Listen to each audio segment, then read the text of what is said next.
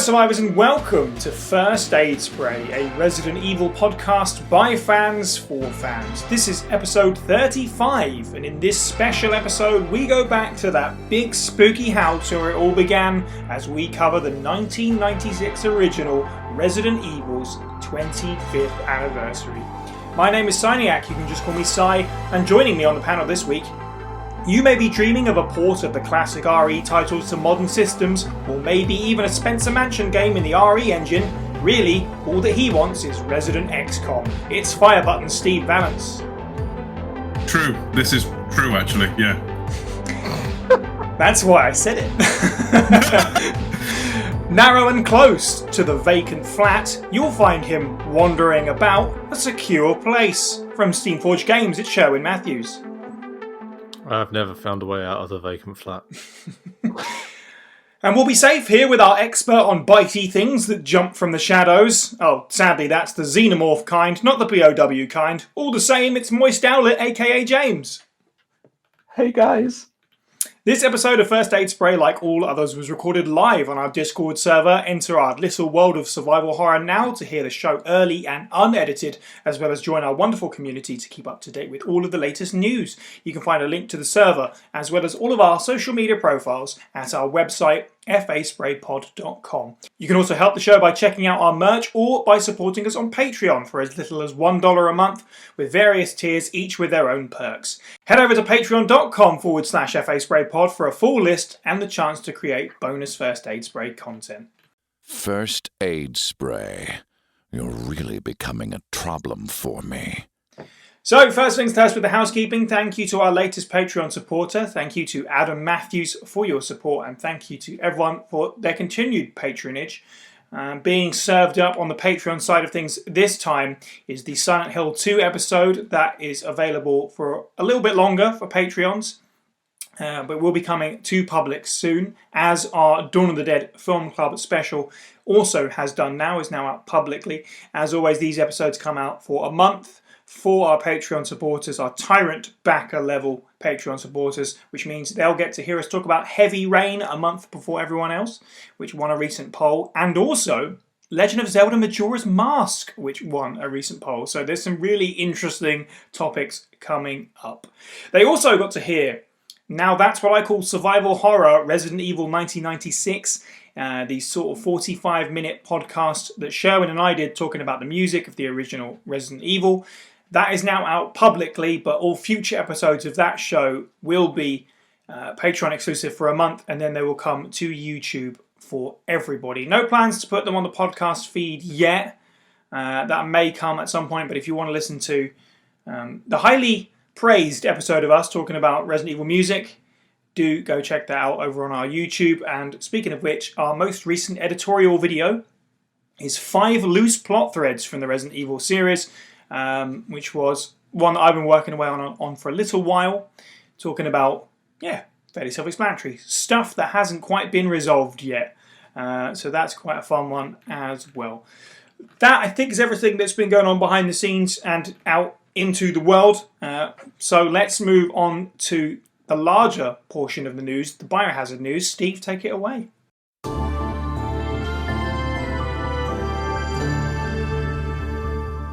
Our first piece of news then. Netflix have announced that Resident Evil Infinite Darkness leads voice actors are Nick Apostolidis and Stephanie Panisello, reprising their roles from the Resident Evil 2 remake. I think, in a way, this was a safe prediction, I guess. We saw it coming in some form. It's going to be interesting to see them play those characters at that time in their lives, because obviously this being set between sort of RE4 and RE6, Leon's voice is suddenly going to change with this new entry, and then and then change again now, and same with Claire, it's going to suddenly change and then change back or whatever. But yeah, very happy myself to see those two actors get another shot. We talked about it before, that as a performance they both did fantastically. James, I'm sure you're probably in the same camp with this reaction. Yeah, I'm so excited about this because, I mean, we all know, as you mentioned, Sai, we all know that like Capcom like to dither and kind of skip between people. And, you know, I love my Matthew Mercer, but it's really nice to see that they are keeping some continuity here with the VOs. yeah, with Nick and Steph here, like it's so good, and I'm hoping because they're very young people. I'm hoping that Right. they keep this train going, and they keep them there.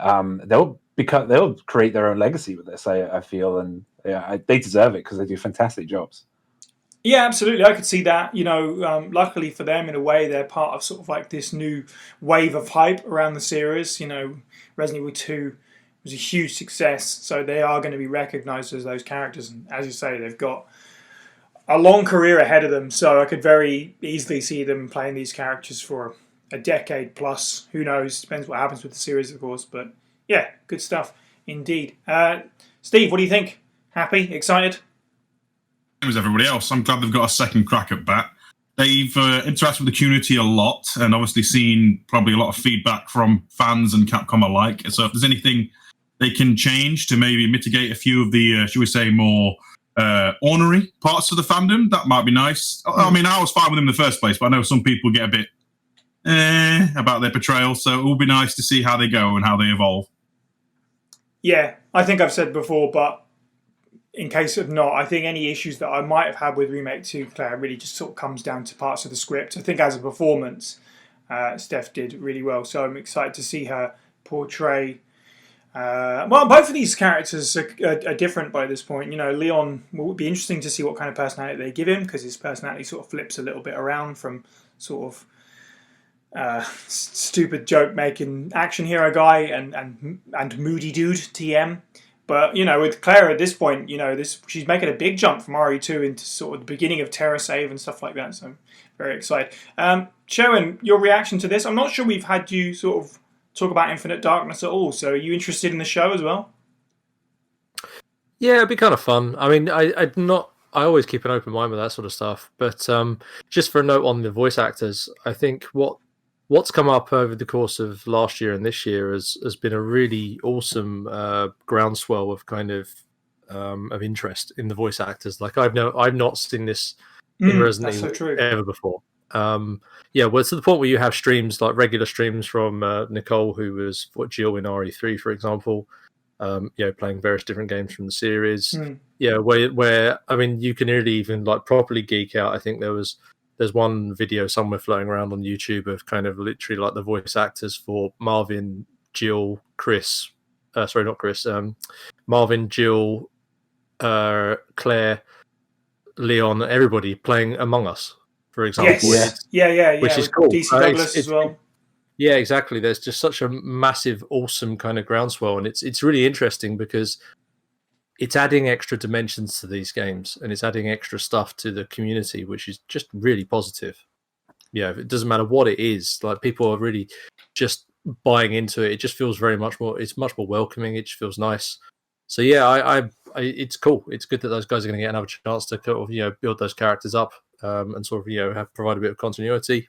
And more RE content. We've talked about the different universes of RE before. It's all good to somebody in their own way, even if it's not particularly your favorite thing. It's still going to be good somewhere. So it's all good. Yeah. Also, it's so nice to see them be so involved with this franchise.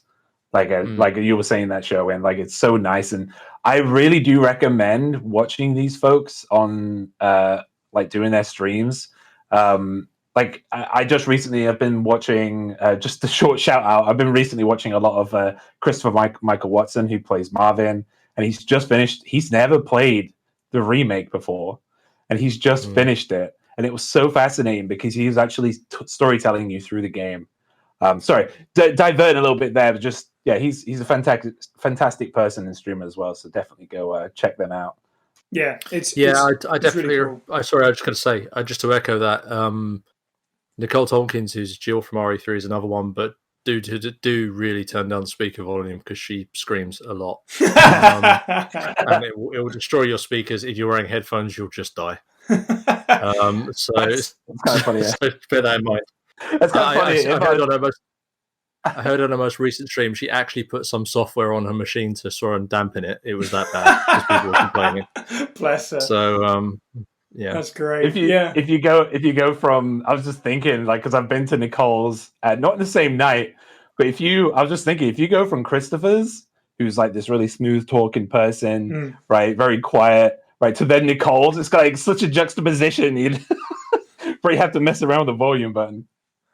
It's really cool to see them doing that kind of stuff, definitely. And some of them, you know, they're like cosplaying their characters and stuff like that. They're really engaged with the community, which is, it's wonderful. You know, a lot of these actors have done streams with people that we've worked with as well, like Sonny Bauer and Crimson Head team and stuff like that. So they're really engaged with the different aspects of the community and the different groups and stuff like that. So it's really cool. Especially in terms of when we talk about Crimson Head, and you know, if you aren't aware of their podcasts, often where they interview the voice actors, most of the time for the old, you know, the voice actors from the older games, they had no idea the impact they've had.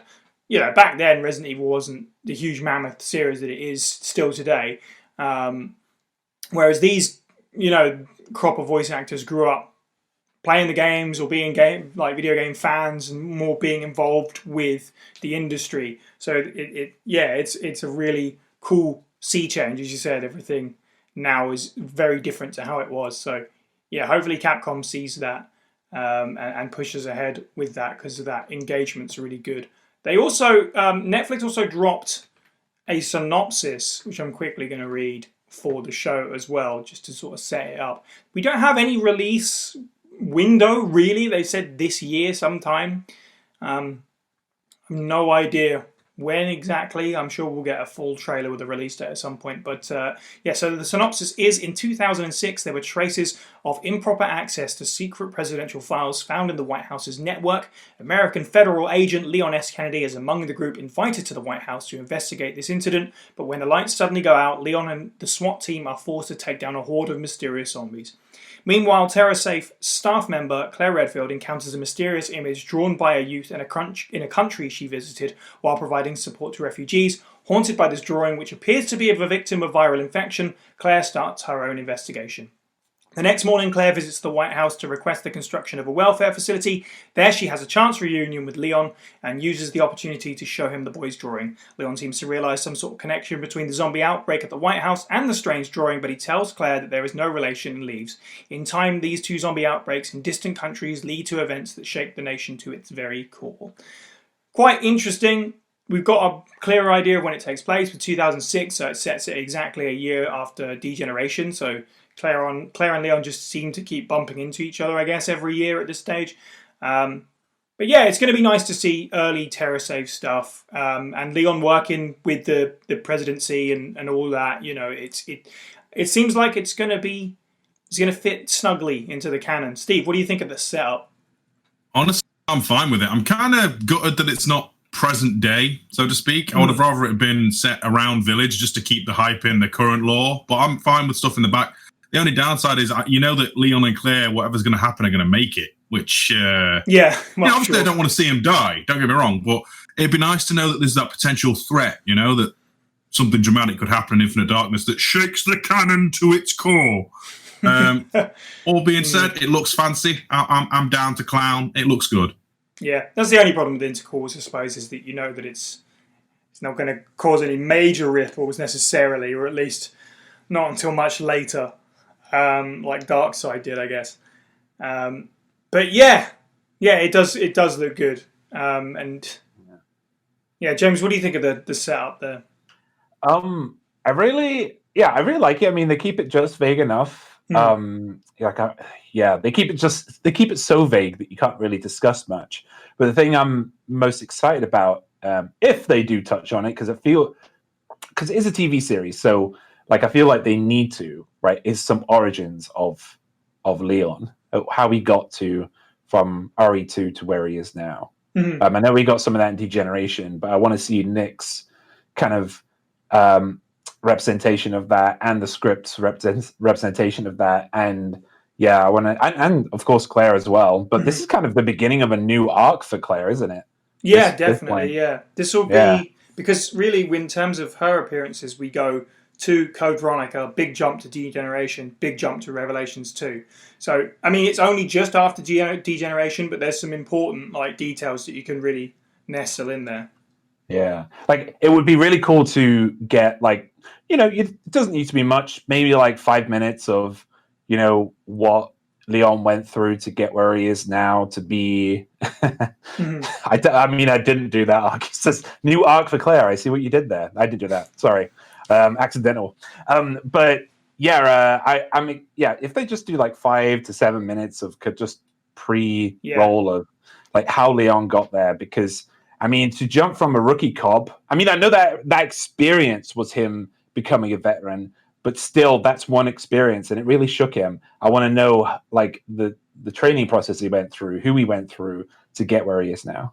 You know, if we're talking flashbacks, something I would actually like to see, if they do it, I doubt they will, but I'd like to see like when they get picked up as they leave Raccoon City, because a lot of stuff happens there that we get told about in RE3's epilogue, and that's the only time we've ever really seen it. And I think that would probably fill in a bit some of the blanks that James is getting on about, really. Yeah, definitely. There's lots with it being a series like this. We don't know how long the episodes are going to be or how many there's going to be, but there is space for stuff like that where you can dot in information from all over the timeline, really, up to that point. It'll be interesting to see if they reference any RE4 stuff, to see Nick sort of playing that part of Leon's history. And in terms of picking these characters, Steve, as you said, it's odd that it's not like a present day thing.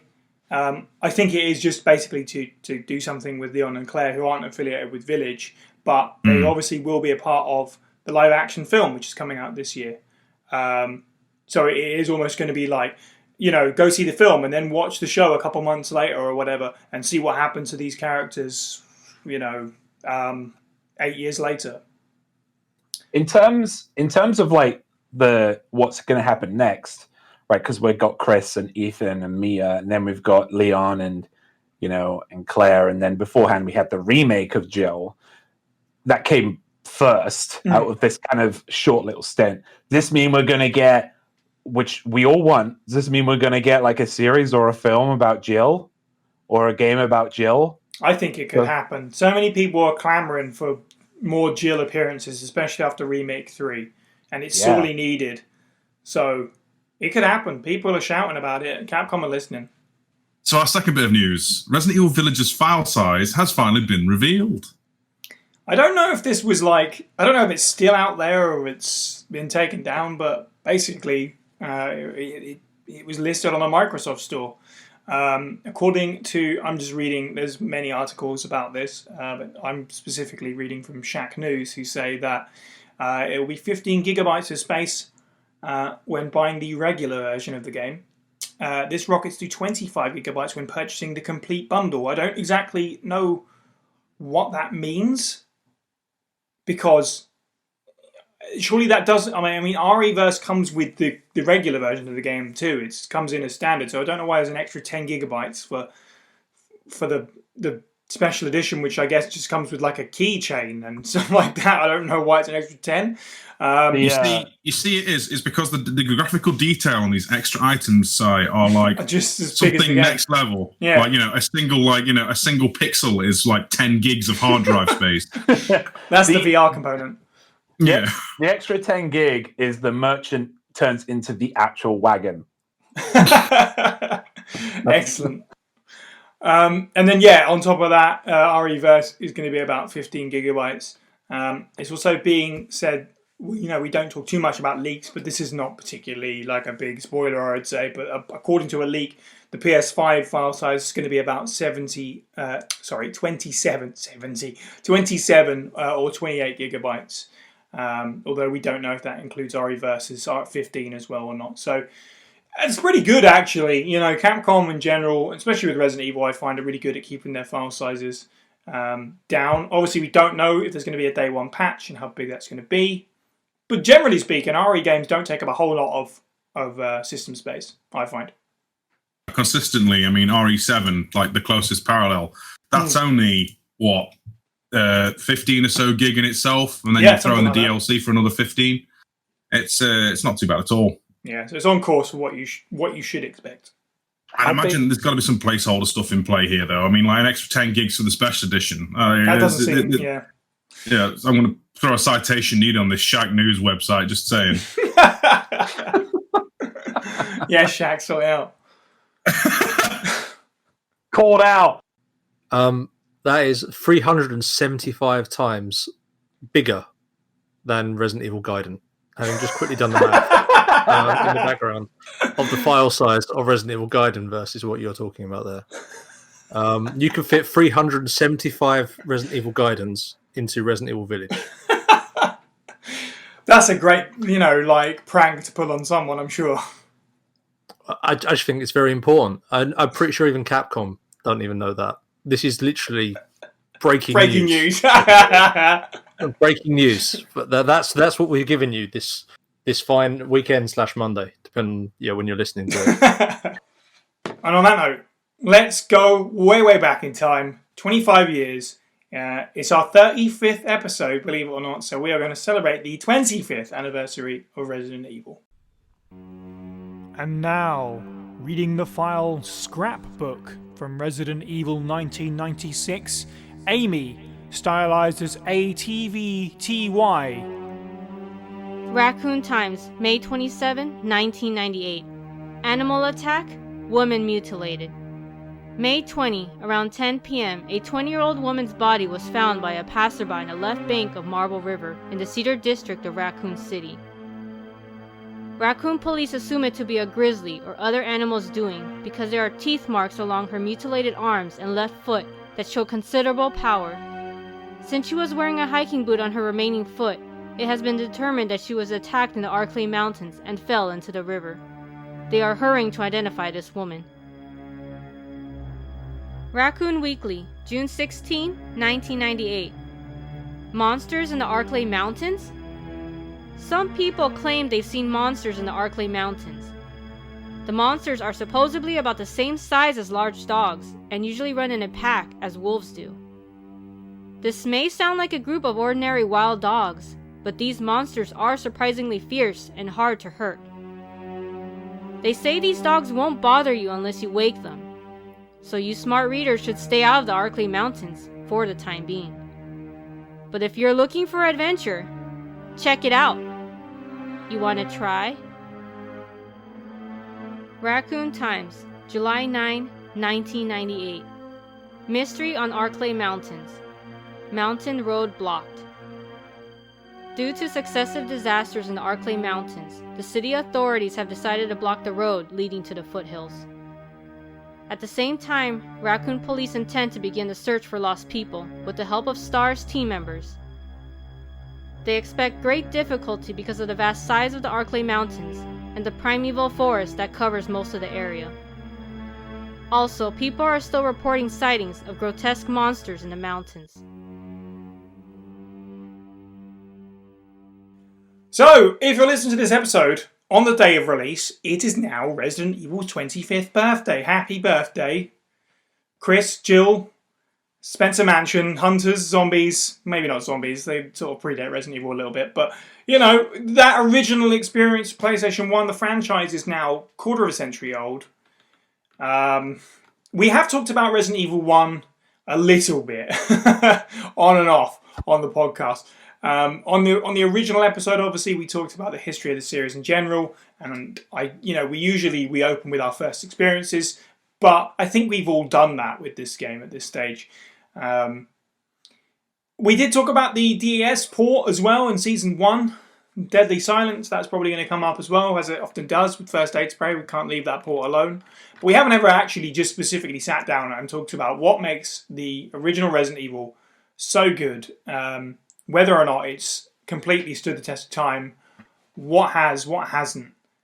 So it seemed like an appropriate way to celebrate Resident Evil's 25 years is to talk about the original game. So let's start with gameplay, I guess. The core feature of Resident Evil, often called the granddaddy of survival horror, the game that kind of coined the term. It was developed as a first-person game originally, or at least conceptualized as one, but that couldn't really work with the sort of limitations of the hardware at the time. And instead what we got was a game that was inspired by Alone in the Dark more than anything in terms of play style. So this is kind of where I wanted to start, because if I remember rightly, and I've said before, my memory on this is pretty terrible. I got into the Resident Evil series, and I probably did some reading about it, and I was intrigued by Alone in the Dark. And I don't quite know how I got to play it, but I definitely did play it. I don't know if it was a demo or what, but it was on my PC at some point somehow. I don't know. But I did experience the original 92 Alone in the Dark. And I remember thinking, wow, just like, wow, this is ropey, this is aged.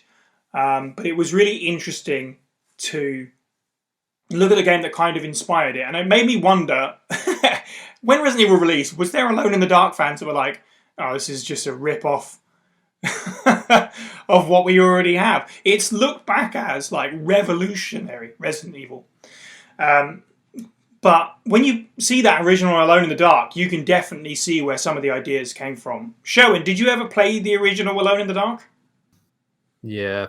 I think I would have played like one of the ones that followed on afterwards, because I remember it wasn't like a more recent release.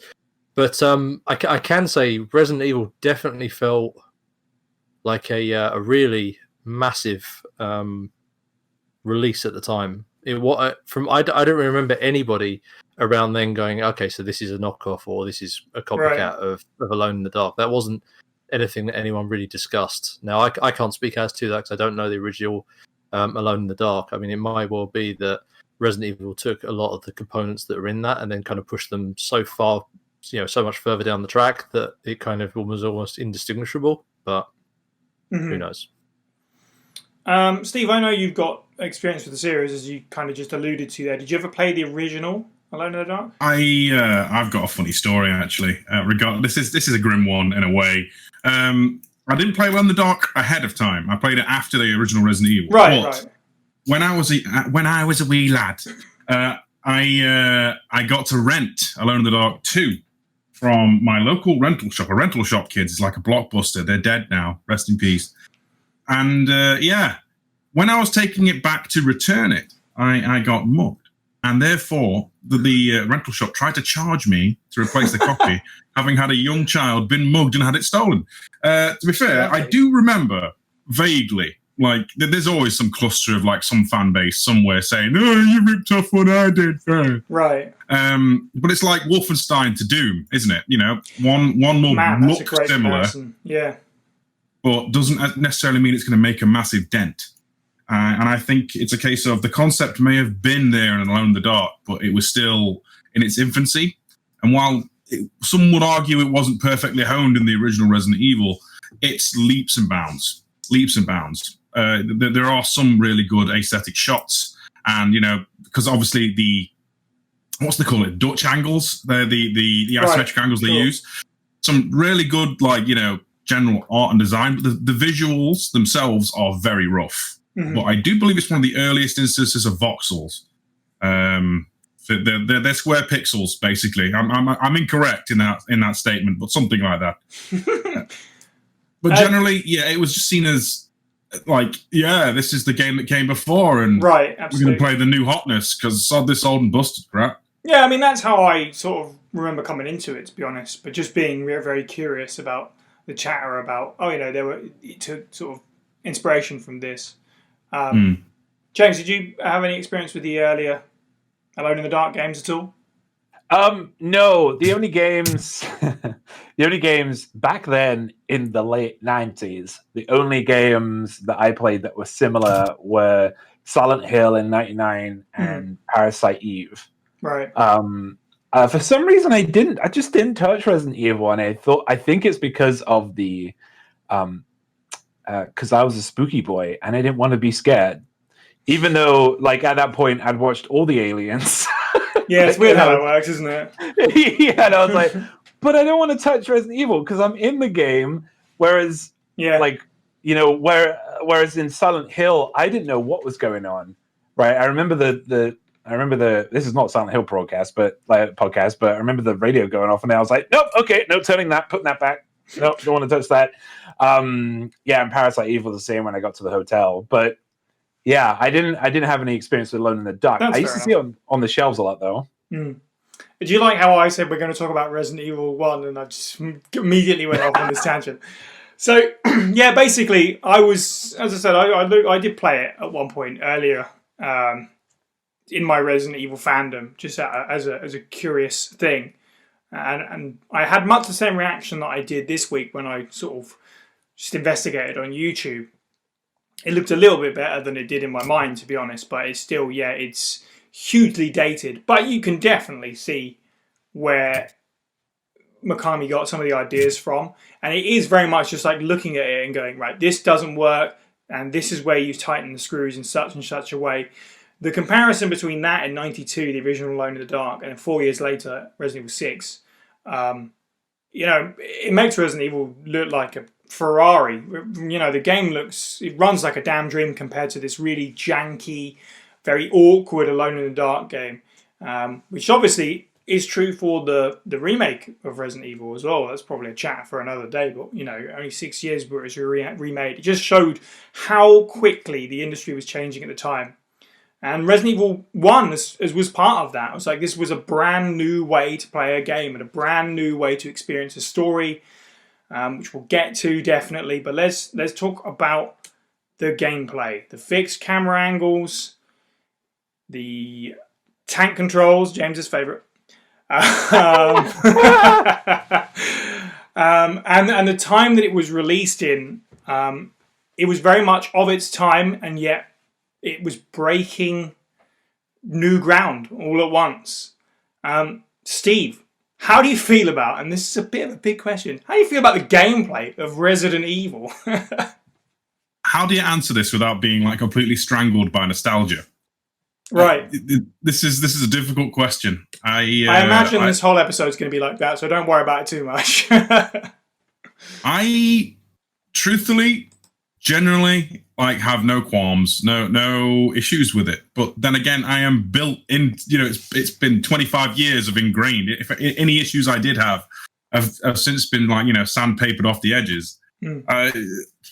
There's some modern tweaks, like for example, the Deadly Silence port throws in 180 turn and a built-in knife that I genuinely appreciate. But it's fine and functional for a 25-year-old game. And I will say this, out of the entire Capcom pantheon, I would argue, of a new franchise that is sent to ship, this is one of its strongest.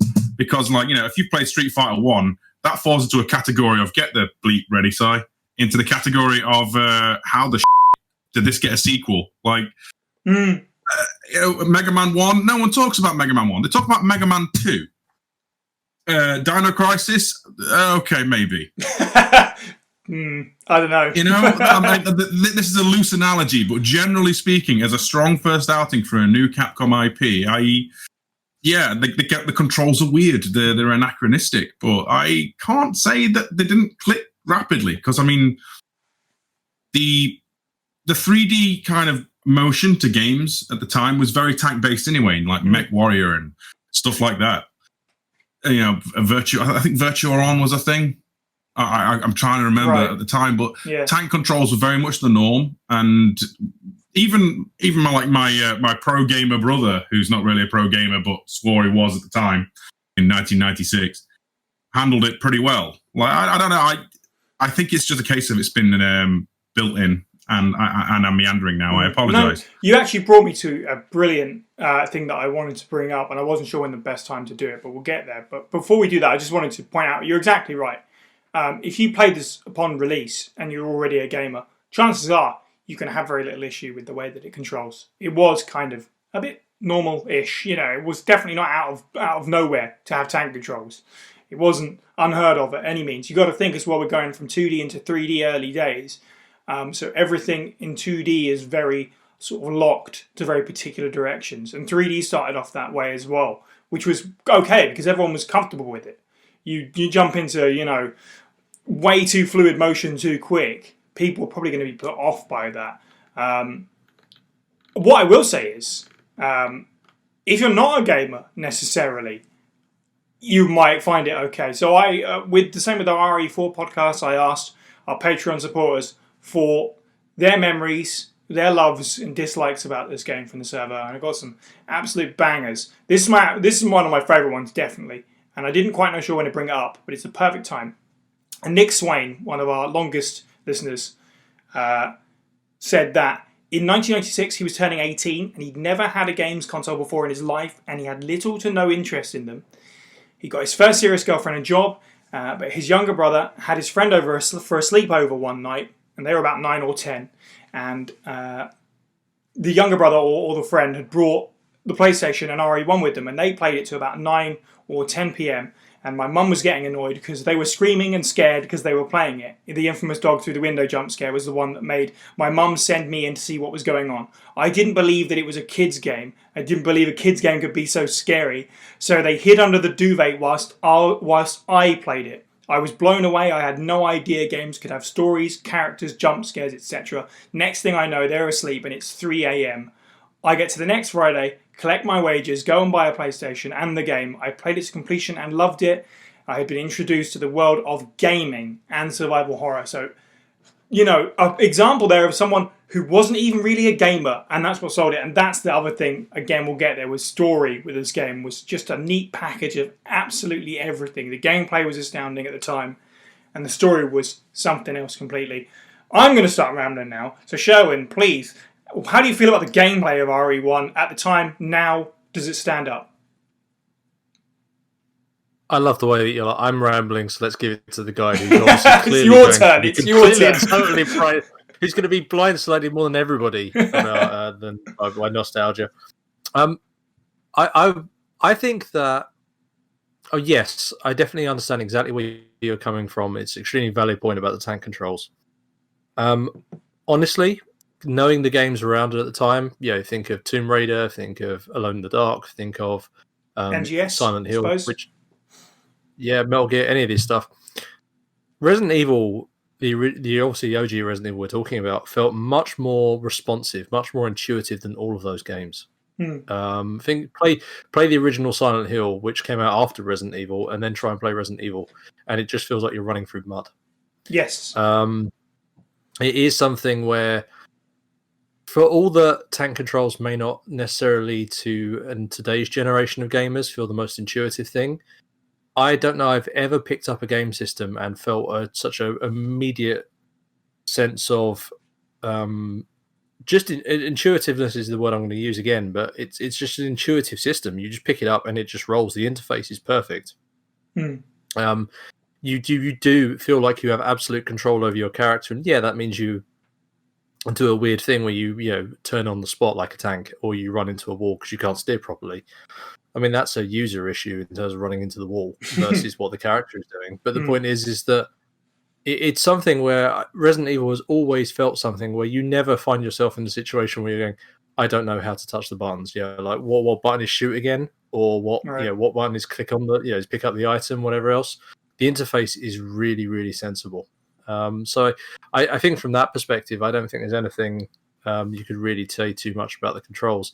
But I mean, gameplay outside of that, I think Resident Evil really, going back to the Alone in the Dark comparison, it did a lot of things. It's much like it's kind of said you're making the change into 3D for the first time. In terms of you obviously render backgrounds and so on, but it's still 3D. You can push things, you can climb up onto things, you can attack. You can shoot things, whatever else. You can run around things in a way that you hadn't necessarily done before. And this is a system that does that quite effortlessly. And let us not even remember, when you actually pick up the items and they're actual 3D renders you can turn around and look at, which disappeared for the next few games. It's the gameplay for Resident Evil really is something which I believe stands the test of time, if nothing else, as a real pioneer for a lot of other games.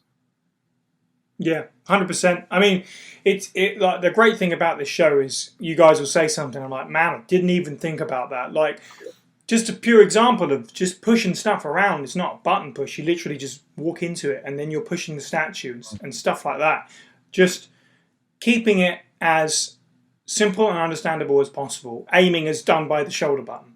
For some reason, that just makes sense. And you could never take that out of it. It would be absolutely illogical to do so. The only thing I will say, and Steve, you sort of mentioned about sort of quality of life stuff that have come since, is the original release, and I played the Saturn version in the last couple of weeks to prepare for this, just purely because I have it for the Saturn and I've never played it. So, and this is true of the Saturn version, it doesn't have auto aim, and that's something that we take for granted. I can tell you that much.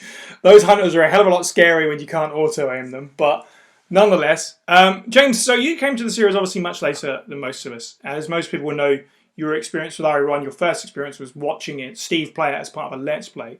So you already said that you played Silent Hill a little bit before, in the late 90s and stuff like that. So when you actually saw Resident Evil fully moving, is it what you expected?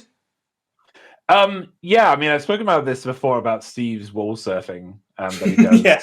And I want to make I'll go back onto that point, but I want to talk quickly about kind of, because people may have a misconception about me with tank controls. I played hundreds of hours of Tomb Raider, right? Which is like one of the most grueling tank control games. Oh yes. The thing is, I think the problem, right? Because I still couldn't do it. It still didn't feel right in Silent Hill as well. I think that was because I was used to over the shoulder. How kind of Resident Evil one time was going to be, right? It's like over the shoulder kind of, I was used to that, and then so I couldn't get used to the fixed camera angle, right? So, which is why I kept picking up these games, and I was like, but with hindsight, if I just given it a chance, right, and went to Choices Videos, got Resident Evil 2. This is not sponsored; they're not around anymore. I feel like I would have enjoyed it because I loved Tomb Raider for what it was. And the tank controls, even though they really did hurt, even playing that game for like 6-7 hours, it really did do your fingers in. I really do feel like I could have stuck with it and enjoyed that game and like joined you guys in your excitement for it. But at the same time, I also feel like if I played these games, like I probably wouldn't, like back then, I probably wouldn't know you guys as well. Right. Because the reason I'm here is because I'm new blood to the series, right? And it's just, I mean, that's not all I'm here for. That's all I am, guys. But no, I was going to say, the reason you're here is because you're a valued part of the team. But if you want to, but yeah, so it's watching Steve play Resident Evil. I've said it before. Is like watching someone, and he's going to go boo, but it's like watching somebody who masterclass in a game, right? Yeah. Because I know how hard that game is. Like I tried to play a little bit of it, right, and I couldn't, right, and then I watched Steve complete Resident Evil 1 director's cut, like in like 6, with me being a dickhead in the back. Sorry, beeping, right? But with me being an idiot in the back. He completes it in like 4 or 5 hours, or even quicker. And it just boggles my mind that he can do that, right? And he just has everything down pat. And I have the greatest respect for anybody who can do that. And yeah, I do feel like I could have, to repeat myself, I do feel like I could have played it back in the day. But I just didn't give it a chance because I've been introduced to other games that were just solely different, like completely different in their perspective. And back in the day, guys, like you'd only allow yourself when you're a kid, you only have a certain amount of money, so you only allow yourself maybe one game every 6 months if you're lucky, and you'd play that game for like 8-9 months. Exactly. So you had to guarantee you were buying something that you truly wanted. So exactly. Yeah, I completely get that. That's why we rent.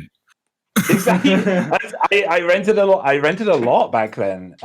In fact, I gave so much of my paperboy money to Choices Videos, right, that I could have just bought the freaking game. It was just ridiculous. One particular game was Siphon Filter. Played that so much, I kept on renting it out and playing it until eventually my mum turned to me and she said, "James, you spent like £50 in this game. You could have just bought the game." I'm like, yeah, I know, but you're in it now. When that's the thing, though, my experience with RE1 started with rental. I said that before, because I had 2, and I was curious again where it started. Curious to look back, And I struggled with it a little bit because we're talking about the passage of time and gaming changing so fast compared to 2 and 3 and stuff like that. This game felt, I don't know, a little bit more obtuse, a little bit harder to get into. The atmosphere is a little bit less than further games, and that's not a problem at all. It's just how it goes. So I get that.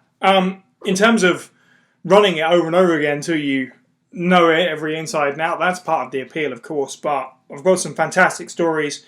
Mr. KDB, podcast host, video editor extraordinaire, said RE1 was unique and special as it was the first ever game to truly scare me. I would actively avoid going certain routes so I knew there'd be a zombie encounter. It was all so affecting. It was also the first time I really felt like I needed to use my brain beyond regular capacity. Solving puzzles would involve making notes, even drawing little maps to make sure that I didn't get lost. I absolutely love that and completely relate to that feeling as well of just unfolding this unknown location that was the Spencer Mansion at the time. How do we feel about the setting then, I suppose, of the mansion? It's now it almost feels like a bit on the nose. It's always a haunted house, essentially.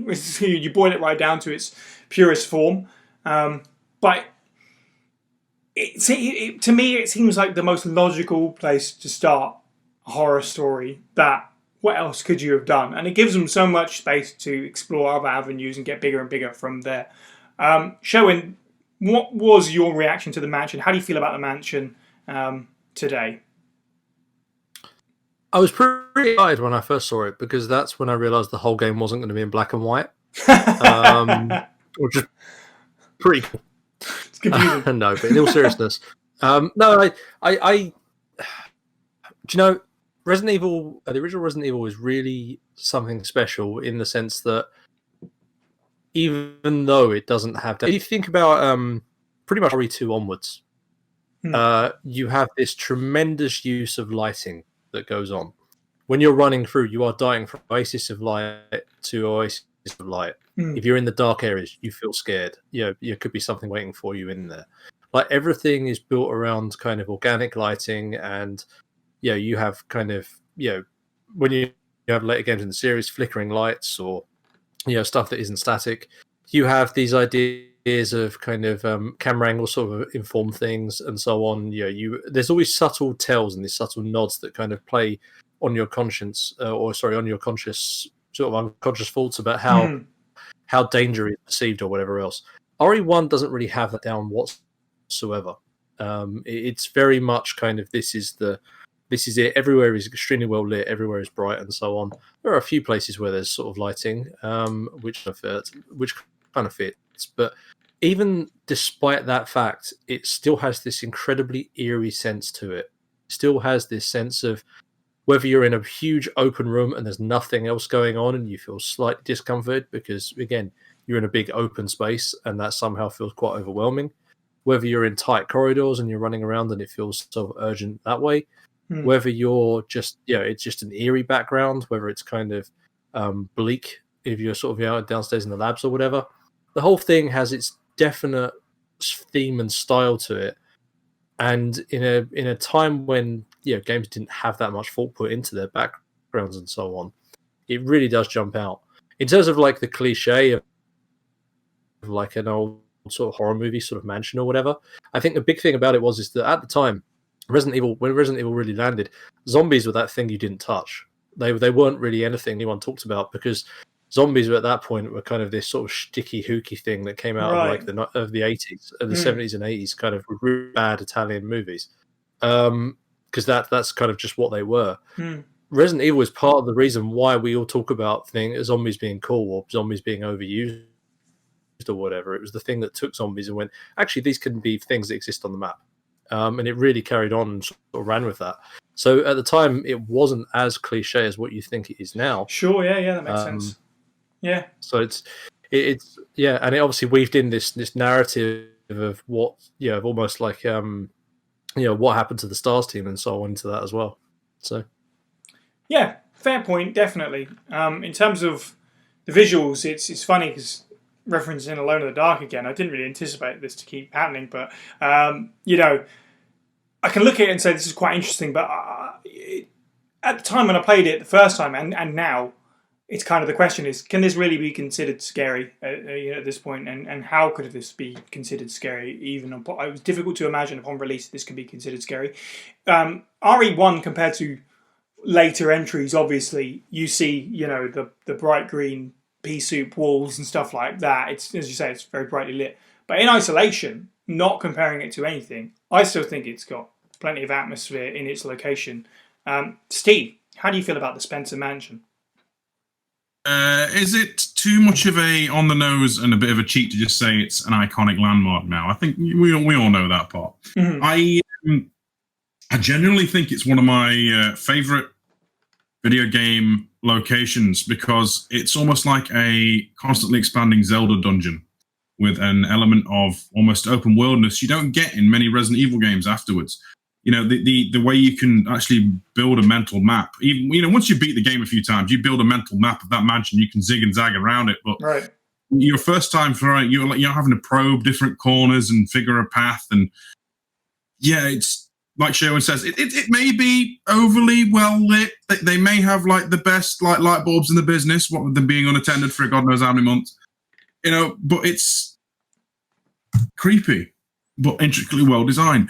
Like, I always see it as much like in RE7 that aped it. It's got like a several act structure in how the game plays, and yes, yeah, and the location themselves play a big part in that, and the fact that you have to zigzag and find new different routes after, like for example, you go through the guardhouse or the residence, whatever you want to call it, and you've busted Plant 42, and then you have to go back into the mansion and now figure out a new route with new enemies and new foils to get in the way. Exactly. Pretty stunning at the time. I don't think backtracking was that big of a thing. Like you had Super Metroid, sure, Castlevania 2, I guess. Mm-hmm. Yeah, but the whole interconnected map where you can crack different mysteries and go around finding keys. It's it's a timeless process now, but at the time it was mind blowing. Yeah, I imagine getting that key and thinking, "Aha! I can go back in the mansion and unlock all those doors." Once you got the key for beating Plant 42. Must have been a huge revelation. But I'm in a new area and all these doors are still locked in the mansion. Oh no, I can go back now. Yeah, I mean, I think I've talked about how me and my brother rented this and played before, but I distinctly remember the second that we picked up the helmet key, they were going and just basically swearing the house down, going, "That's where the goddamn beep, beep, beepity beep thing's been this entire time." Exactly. Right, let's go back to the mansion. And then Wesker obviously reappears and affirms us to go in that way, so we know we're going the right way. But I tell you what, it's just when you're cracking the mysteries like that for the first time in a location, it's fantastic. Yes, absolutely. You hit on something that I love about this game. I think this game does it probably better than any other game in the series. It's just keeping you on your toes. You've progressed, not just because you can unlock new rooms and because you got new weapons, but you can divide this game essentially into levels. Like you said, the opening bit where you've got zombies and dogs, and you get kind of used to that, and then you got to fight a giant snake. Then you go to the residence, and there's a giant plant, there's giant sharks. Then you come back to the mansion, and you think you're used to this location, and there are hunters everywhere that can take your head off in a single swing. Then after that, you get the giant spider in the caves, and then you're in the lab with these monsters that crawl along the ceiling, and just absolutely just keeps you, I don't know, it just keeps you fearful, I guess. It's a horror game through and through, even though obviously there is aspects of action. And with later Resident Evils, once you're tooled up, it's less of a concern when you've got, 70 shotgun shells. But with Resident Evil 1, it always does feel like, and maybe it's just the viciousness of hunters in particular, but it does always feel like, yeah, but you're still a little bit outmatched. There's still something unexpected around that corner. And it's fantastic for keeping you on your toes. In terms of atmosphere and also fantastic things about the gameplay, N7 Lionheart said as a kid, his favourite things would have been the zombies and monsters, but as an adult, he says that the ingenuity of the game, hiding load times behind doors, the backgrounds being not really much more than 2D images that your 3D character walks around on, and yeah, just the atmosphere was great for the mid-90s. I think if there's only one place in RE1 that is weak, it's the sewers.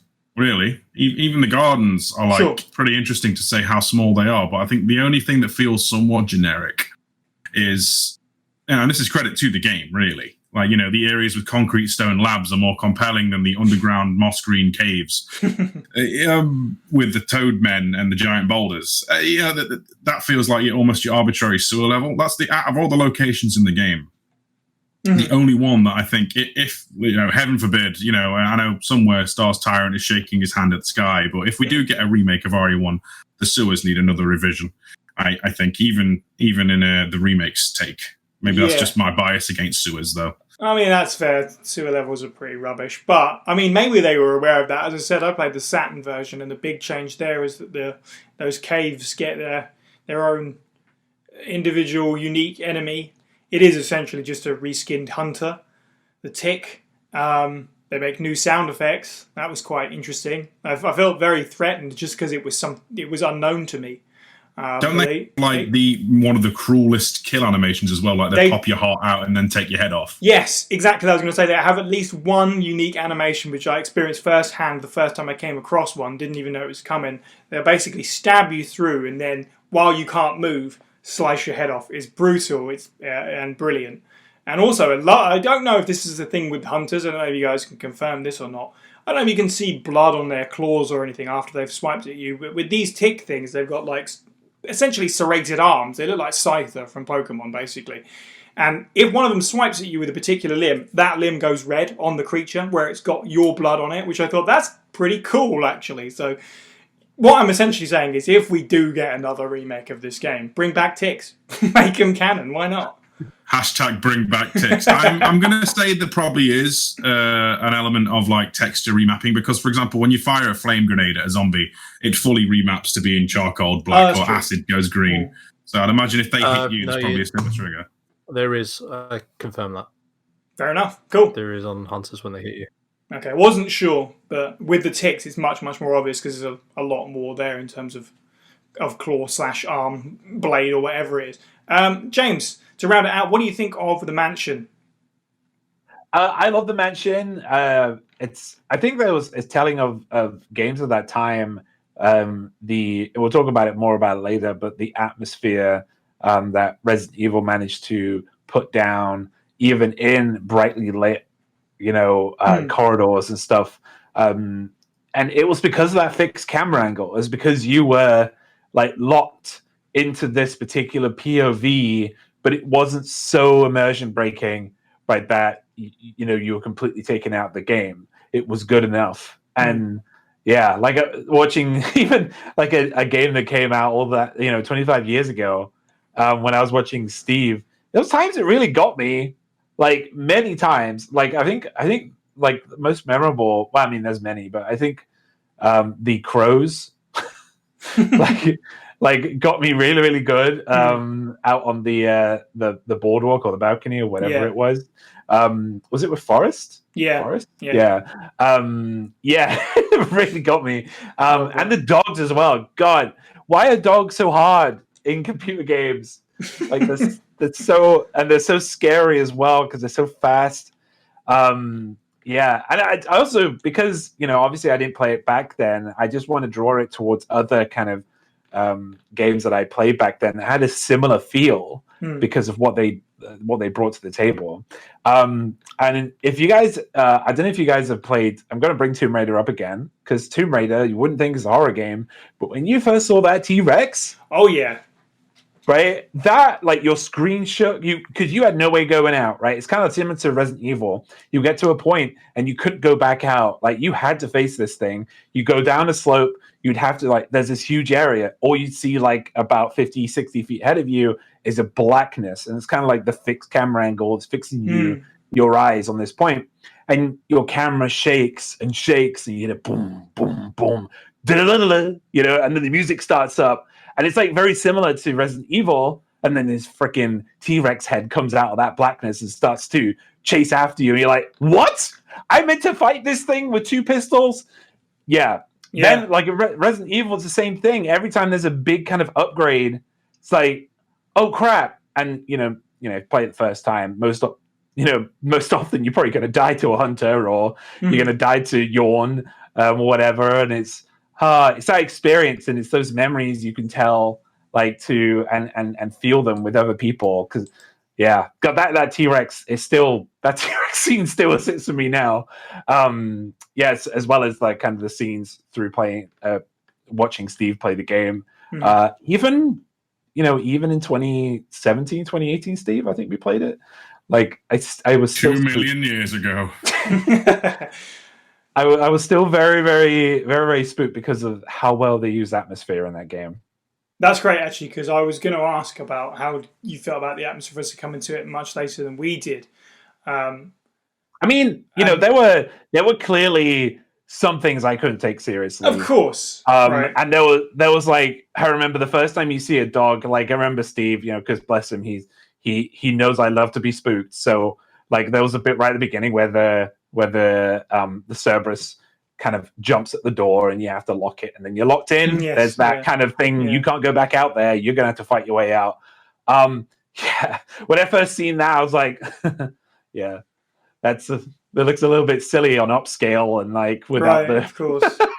I mean, but that was because I just come into it in this day and age. But there's other stuff that still stands up: the hallway zombie, the crows, of course, yawn, like all these like great monsters, and they still hold up now. They still hold up.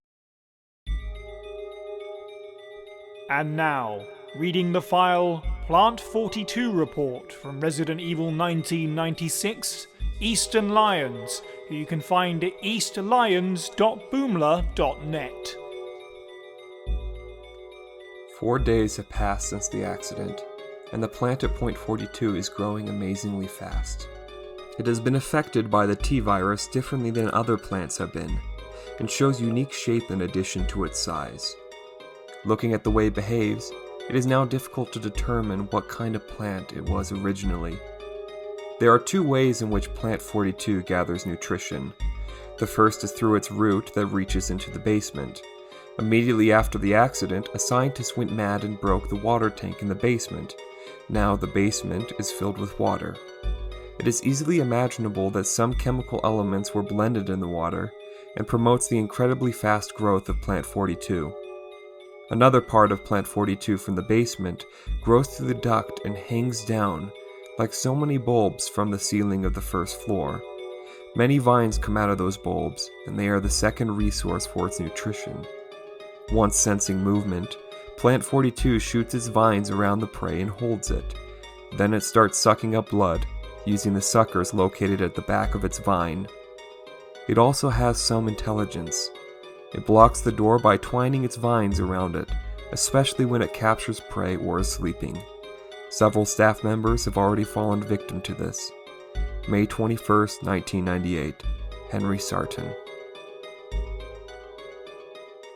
The thing about the atmosphere is, while it might be lacking compared to some of the other games, is that I find RE1 now, and always have, really, it's just so charming. Something about it is so charming, and that's kind of why it was like, it's nostalgia, right? But James, even just thinking about your playthrough and your reaction to the playthrough, I'm assuming you're in the same camp. RE1 is charming, right? We're not just nostalgia. Oh yeah, no, for sure. Like, I mean, in my notes I did put, there is an element of nostalgia and atmosphere, right? But nostalgia is not a bad thing to have, right? Like, I'll always have nostalgia for like Tomb Raider, right? And what it gave and stuff, and like, but it's still the elements are still there.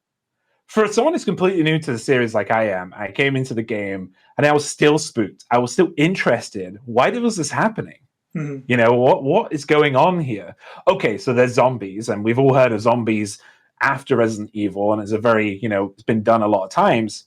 But why was this happening? And there, Steve is telling me there is a story, and me, I love a freaking story. So I'm like, whoa, what is going on here? And at the same time, there's spooky stuff, and then we go to a freaking lab and sewers, and I'm like, what? I thought we were just going into a house. I thought this was just a spooky house story, it's just why I was so kind of upbeat through the entire playthrough, because it was constantly kind of shifting my expectations throughout watching Steve play it. And again, we'll talk about Remake, but when I played Remake again, like it does it again, you know, with a fresh take.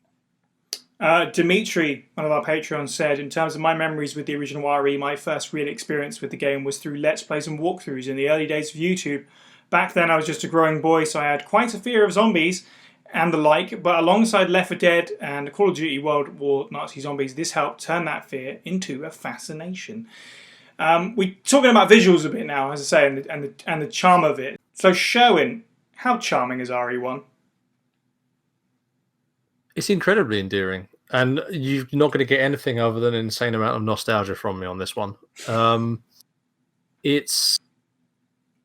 think RE1 for me it's so wonderfully reminiscent of that time of games when it's all about raw ideas. It's that magical part of time when video games started being a bit more than kind of Mario or like a 2D scroller of which pick your choice.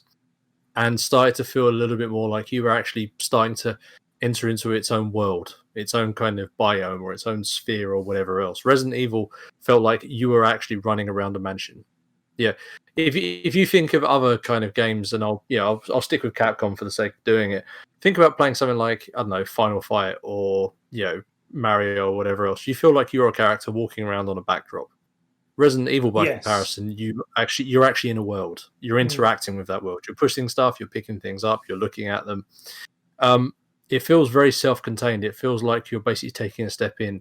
And so much of, and I think this is one of the reasons why the backgrounds don't necessarily matter too much. I could have said that in a little bit of less of an Essex accent, but never mind. They don't matter too much in terms of kind of being very brightly lit or whatever else, because it's the raw ideas that's what people remember. It's the raw ideas that people key off of. It's the camera angles. It's the sense of fear that you have. It's the resource management that you're running around with. It's this incredibly endearing experience as a result of that, because it really takes all of those elements and makes them their own and makes it into a much more evocative property than the raw assets, if that makes sense.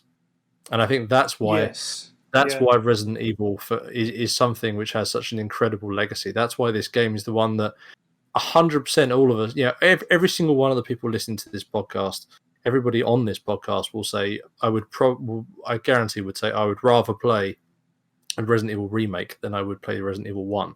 But at the same time, that's a difficult decision. Even though remake is leaps and bounds ahead of this game in every conceivable way, and is an incredible release, it is something which I think because of that endearingness, because it's the origin of it all, because it is something which just strikes and hits a home run on just about every capacity, at every sort of angle it has or every kind of facet of it. I think that's what makes it so endearing. That's what gives it its big landing spot. Yes, it does exist. They can both exist in their own sort of separate pockets, remake and RE1, in terms of what you are looking to get out of them on that particular day. And that's why, as I'm sure with many people, if you're listing your top 5 or whatever RE games, personally speaking, I can have both remake and RE1 in there. I don't see why you can't do that. And they both are top games, despite being the same story and in practice, essentially the same location, just with tweaks here and there. But they do occupy their own spaces. And as much as everybody loves Resident Evil 2, for example, as a sequel, sequels are often about just how can we build off from this and make this better. But with this, you can feel the spark of RE1 of creating something new. Just as we opened with, they were talking about making a first-person game, but then it went in this direction.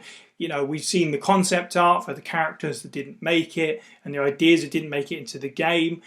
Even just simple stuff like files that didn't make it into the game, but were later included in supplemental stuff, and then the remake. And just, that excitement about, we can do this, we can add this. And RE1's got loads of stuff like that, especially at the time, that no game had necessarily tried to do before.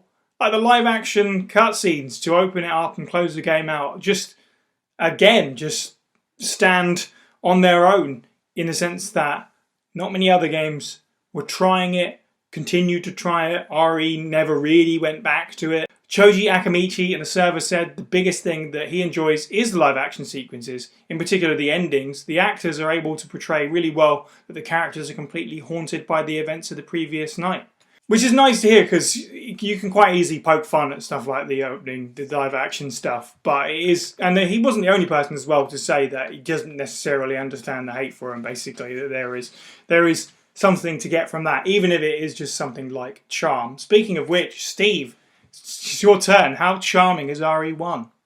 This is a game that came out in an era and was so oddly ahead of its time. Like, fully voiced characters, FMV video, you know, even a full dynamic score for all these things. These are all fairly, like, new things coming in at the time. Like, I can only think of a handful of, like, FMV games on the PC. You had stuff like Soviet Strike. It was generally pretty niche, and to come out swinging with that, and then obviously fully voiced characters, that's charming in itself. And then you've obviously got a fully realized and honestly a bit campy and silly at times environment with the dialogue as well. Mm-hmm. Yeah, it's robust.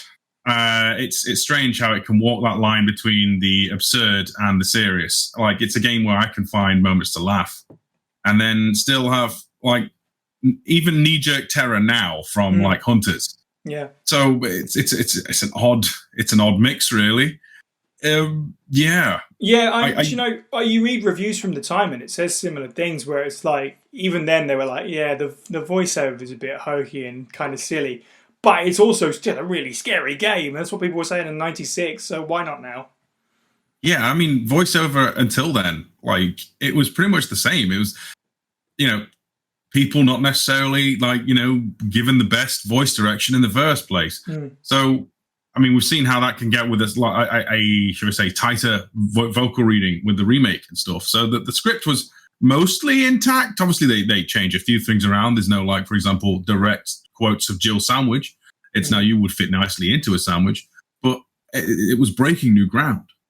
And, you know, couple that with the fact that, like, I can still remember those days after my brother rented it where I wouldn't like going downstairs. Like, we had a stairwell in my old house that literally looked not too dissimilar from the stairwell that the zombie descends to in the sewer, in the mansion basement. Yeah. And I could mentally resonate and picture that image. To take that and then also turn around and laugh about someone that, like, you know, we got to the root of the problem. You know, it is charming and also terrifying.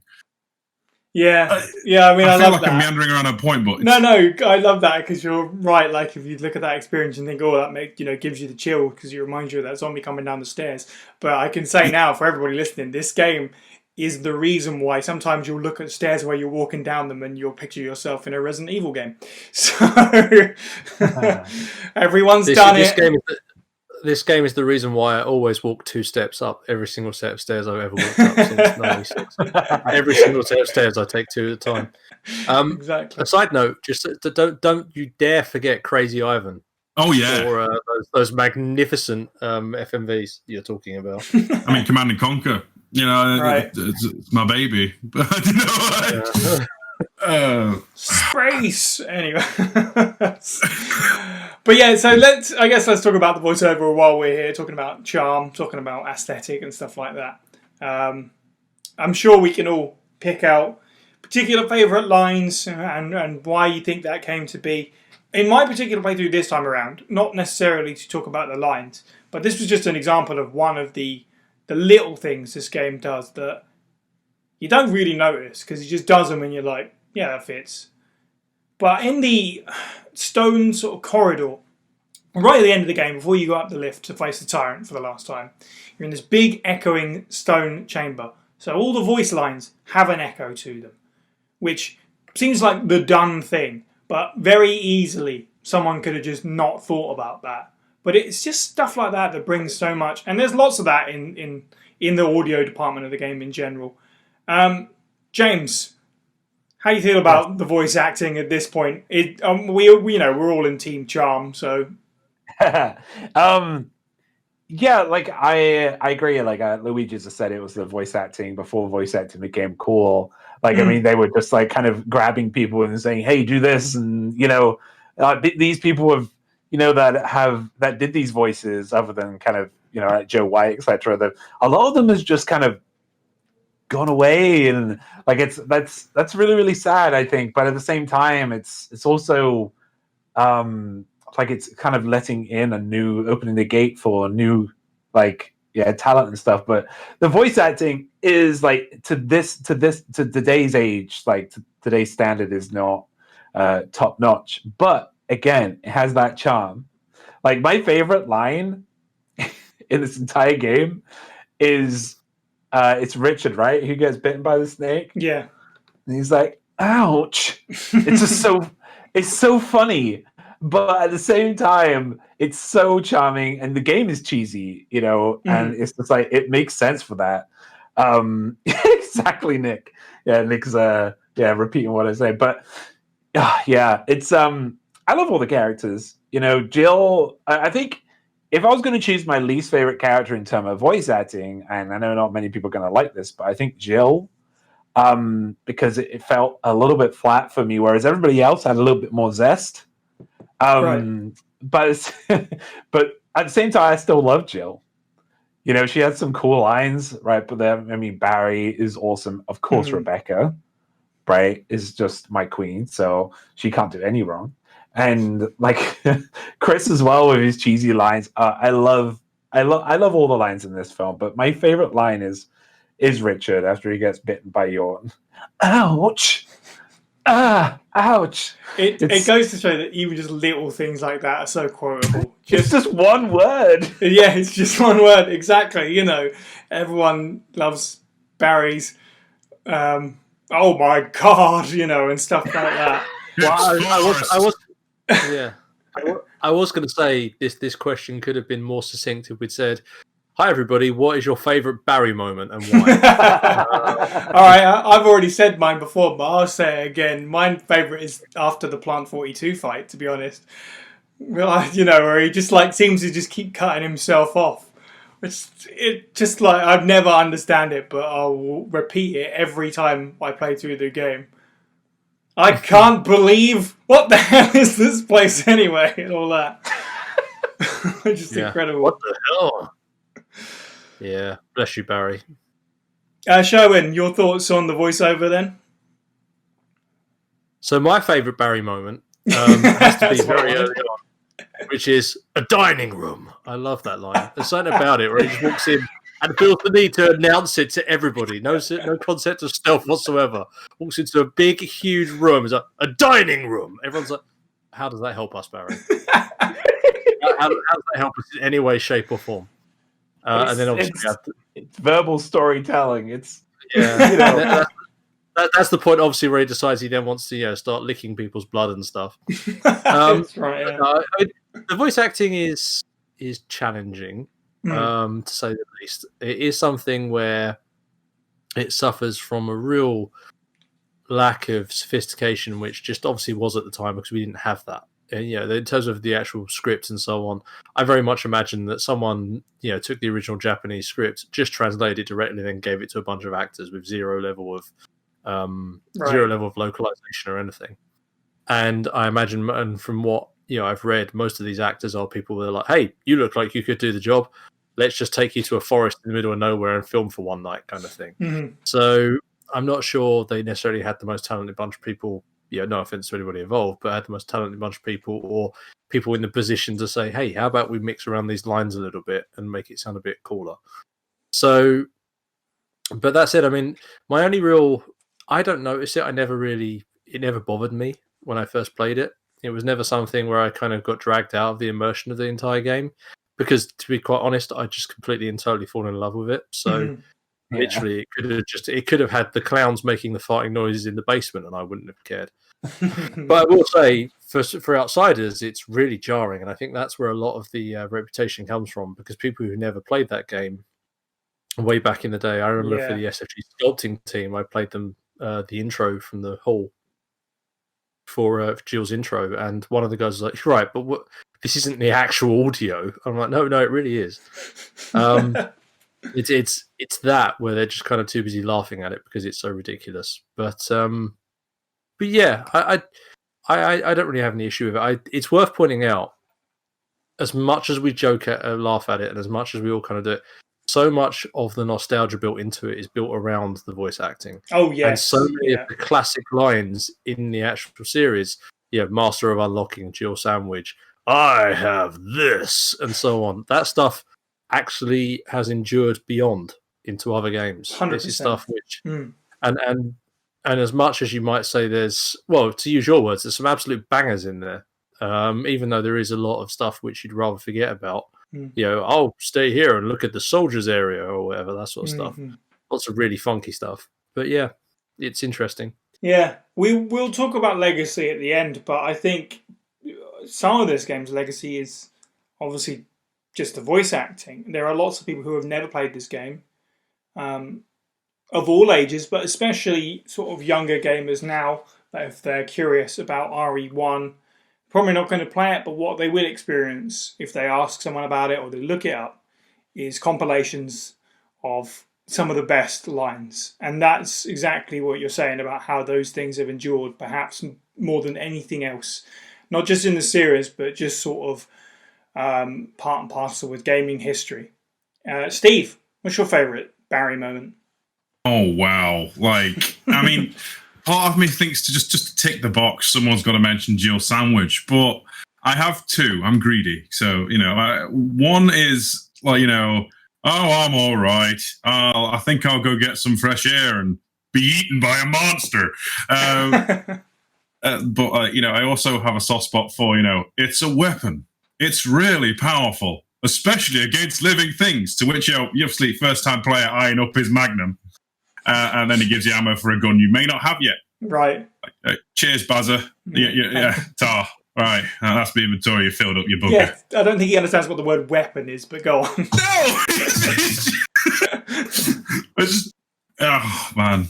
That man is a card. I actually honestly think if someone could find a way to lightning in a bottle this and get the right level of unsophistication for vocal delivery and put it into a modern game, because you can't fake bad voice acting, or should we say poorly directed voice acting that is somehow so bad it's entertaining and still can get its point across. I don't think you can manufacture this level of I don't want to use the word quality, but unfortunately it's the only one that's going to suffice. I would love to see an indie dev or someone make a horror game and their voice acting is on this level, because it's magical in its own whimsical and weird way. And this is pure nostalgia, I admit. I mean, you're totally right. It's almost kind of like you take a film like Birdemic, which is in the pantheon of this is hilarious because it's so bad.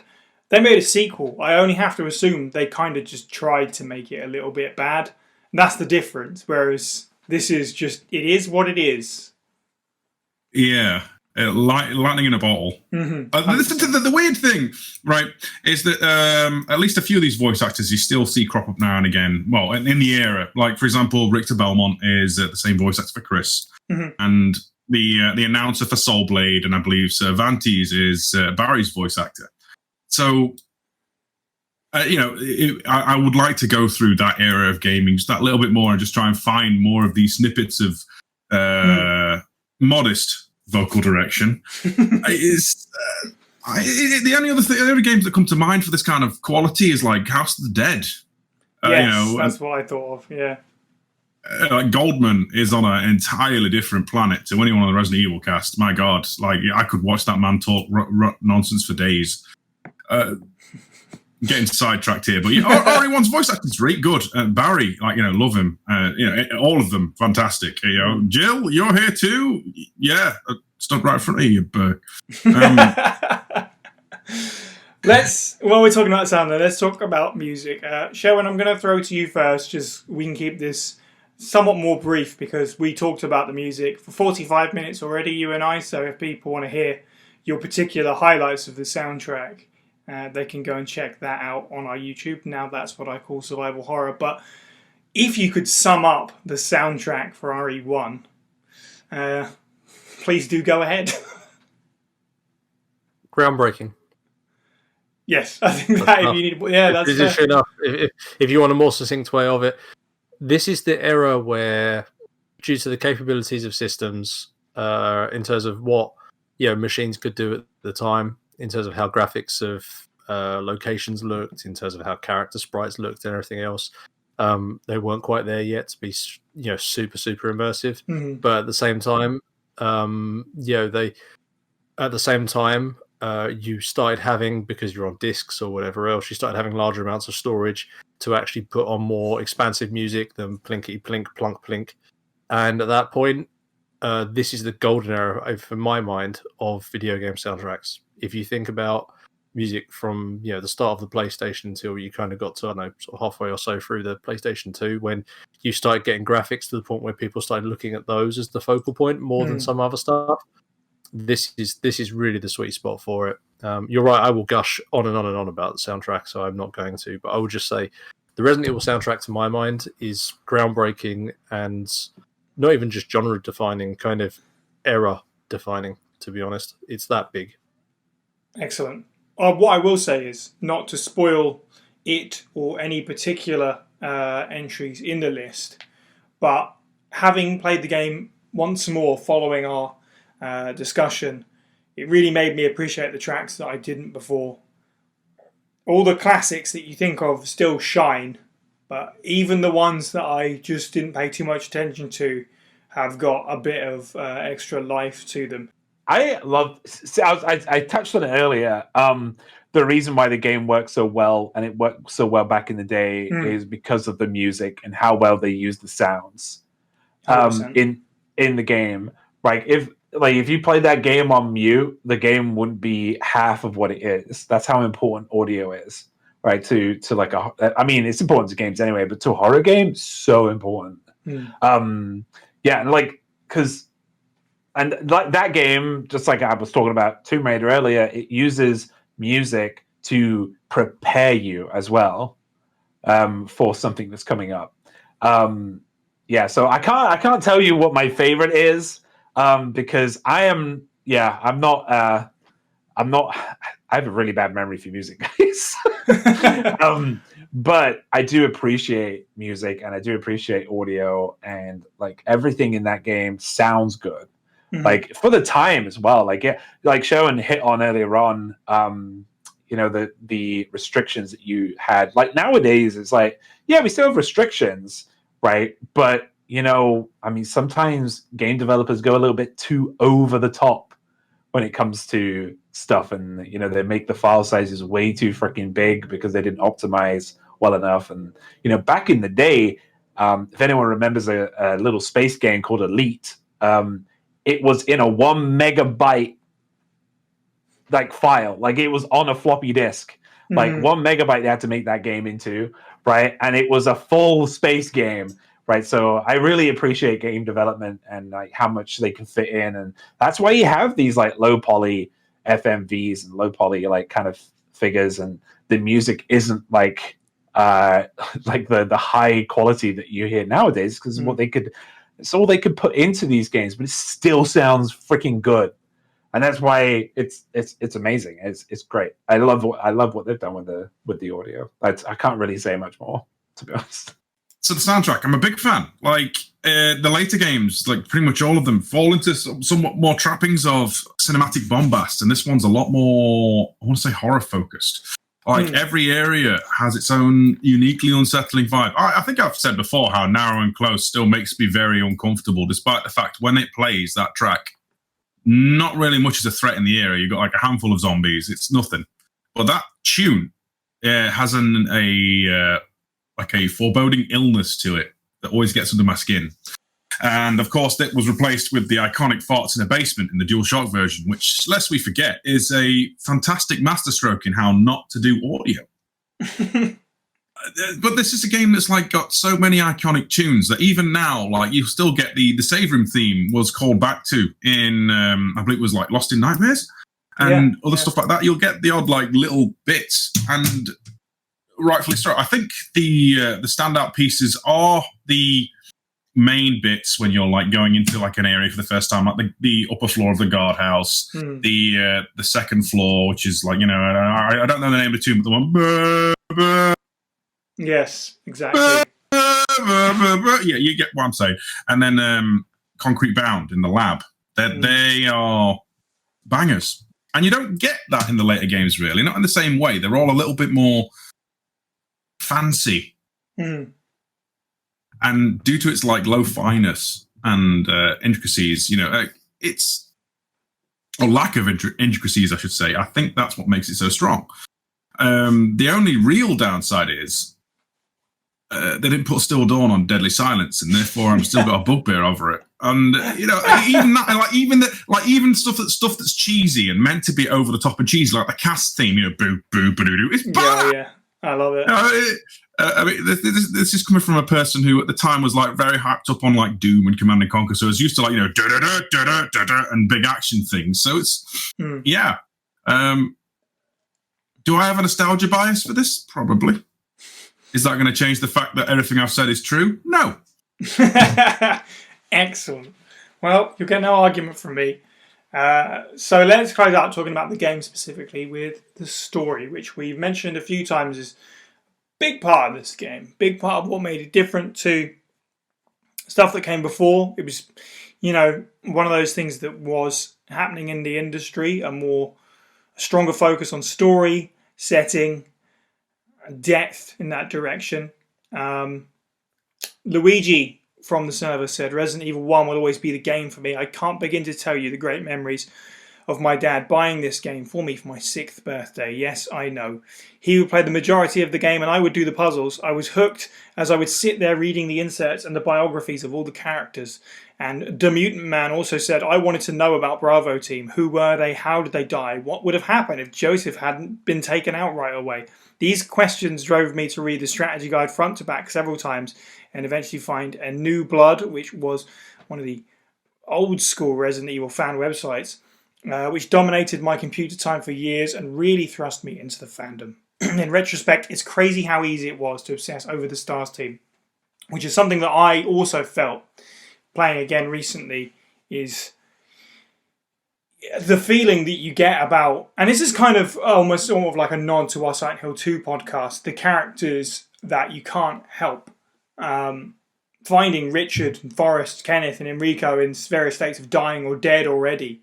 These people that were in the manual, you had all these character biographies. They went to that extent of being like, here's a bunch of characters. They're actually people. They're not just soldier 1, 2 and 3.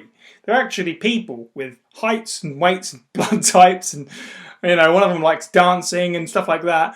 And it was so fresh in the most worrying way that, oh, this is a team, but it's falling apart as I play through this game. Sherwin, how do you feel about the setup, Bravo Team going missing, and discovering your compatriots as you go? Did you find it very effective? My compatriots in Bravo Team? It's. I think for me, it's something where there's much. I remember you and I talking about trying to describe the feeling that we both had when we were talking about the RPD building, and we were trying to think back in terms of the sense of familiarity that we have when we think about that. The sort of, the evocativeness of the location, how we kind of immediately think of all the stories that are running around of the police officers trying to fight off zombies and so on, and diary excerpts, all that other stuff. I feel very much the same about the Stars story, about who the Stars characters are. I mean, honestly, you don't need to look any further than that image that I think it's from around about RE3. I'm happy to be corrected on this, where there's a picture of like all of the Stars standing on the helipad. Yes, yeah. Just posing out. Just that one picture is enough to be immediately evocative of the story and the fate of all of the different Stars members in this game. And I think that's the fact that that's so strongly resonant with me is probably a bold enough statement about how it is that I feel and how strong that element is. But the true thing about the Resident Evil story arc, what is so awesome about it is, if you think about most games that you play, it's something where you kind of are lined up for an objective. So I start off, and the first thing I do is I go, right, I need to go rescue the princess. She's in a castle, or whatever else. That doesn't ever change. Granted, there may be moving the goalposts or whatever else. Resident Evil literally just drops you and says, right, you're looking for Bravo team. Oh, wait, there's dogs. Okay, and now you're scared and you're running around. Well, why are there zombies in this building? At this point, I'm not even caring about Bravo team. I just need to live. What's happening next? Running around. As you're running around, hey, I found this random thing that tells me there's something happened with a diary. Does that help me know why there's zombies? No, but something bad happened here. Keep walking around, kind of, thank you. Good against living things. Awesome. Good to know you're still alive, Barry. Check out various different stuff. Anyone seen Wesker? No. Well. That sort of stuff. Basically, as you go on, the whole thing evolves. It's incredibly engaging. It drives you forward. It breadcrumbs you so succinctly, so brilliantly through. But and we'll come back to this a little bit, but I think perhaps I'll do it now. That the strength of Resident Evil that came into being with this game, if anything else, the one that I think people don't always recognize, but as soon as you say it, people go, oh yeah, which is that if you think about most games that you play, you kind of play it through for the experience, and then once you finish it, you're like, awesome. And then when you play it again, you get the same experience. Oh, awesome. It's really cool. And it's a law of diminishing returns, right? Resident Evil is a very different thing. The first time you play it, you experience it. You learn the story. You discover the characters. You kind of dive into this thing and kind of, it's a very experiential kind of journey through what's happening here, trying to survive, trying to discover the ending or whatever else. The moment you finish the game, you're introduced to a new way to play it. The new way to play is I want to finish it as quickly as I can now. I know how to finish the game. I know all the stuff that's going to happen. So now when I play it through, I'm going to run through and I want to try and finish it as quickly as possible. But the other thing that starts to happen as well with that is now you're playing it again and you know what happens. You can start to see small little details of where, for example, you find the researcher's will, or you find whatever else and you start seeing familiar names or familiar things referenced. Like the first time you find the Keeper's Diary and they're talking about sort of feeding things to hunters. And you're like, okay, that's interesting. But you'd have no idea at that point what a hunter is. And you've probably forgotten that in the first playthrough. But by the time you get there the second time, you're like, oh, that's where they mentioned that. It's clever. And you kind of start seeing little bits and pieces. You start thinking about, well, whose blood is that in front of the fireplace, which is definitely not Chris's blood. Yeah, that sort of thing. It's kind of when you start looking at it from that perspective. There's lots of... I think Resident Evil is this thing where the story is very resonant. The story is very well crafted in terms of how it all comes together, despite the hokey acting and anything else you might want to add on to it. And as a result, it's just remained this incredibly this incredibly persistent part of the Resident Evil series, to the point where I don't actually know there's a stronger component of Resident Evil storytelling than this. It's one of those things as well where it gives you plenty of answers, or it hides plenty of answers in files and stuff like that for you to discover in multiple playthroughs and things. But also there's, like you say, there are things that it's down to you to decide. And 25 years later, you'll stream the game and discuss whose blood that is, all this time later. There's still, in many ways, it's a great thing. There's still so much that's sort of up for debate and up for your own imagination, which sort of feeds back into the horror of it. And RE1 set the precedent for, and I still think it's unbeaten for it, in terms of this can just be a scary action game, and that's it. You don't have to pick up any files, you don't really have to care about the story, you can fight the big monster and fly off, hooray. Or it can be a deeply enveloping story that, as many people have already mentioned, that they just wanted to know more about, they needed to understand what happened and understand the world. I'm sure I've mentioned it before on another podcast, but just picking up that slides item and seeing the PowerPoint presentation of all the monsters that you've faced, followed by a photo of scientists with Wesker standing there. Completely optional. Completely missed that, and he can still do his revelation at the end of being the traitor. But you can discover that for yourself beforehand if you are keen enough to pick everything up. Steve, what do you think of the plot of Resident Evil? That's a short, simple question, right? No. Sorry about that.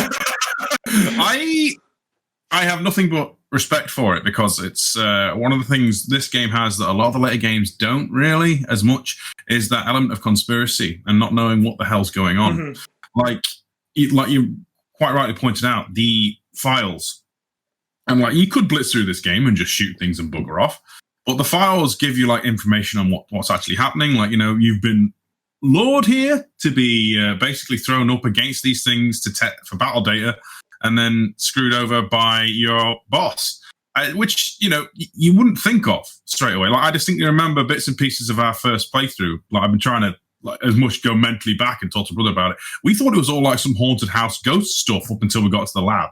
Mm-hmm. Like, despite all the things we'd seen, we still thought there was a supernatural element to the game, and it's fantastic for that.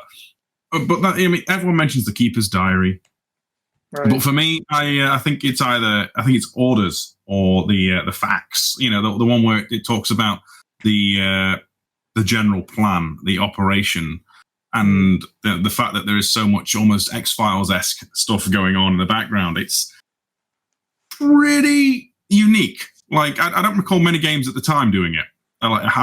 Games may or may not have had documents in them, but I don't recall like having that level of interwoven conspiracy that is a larger narrative.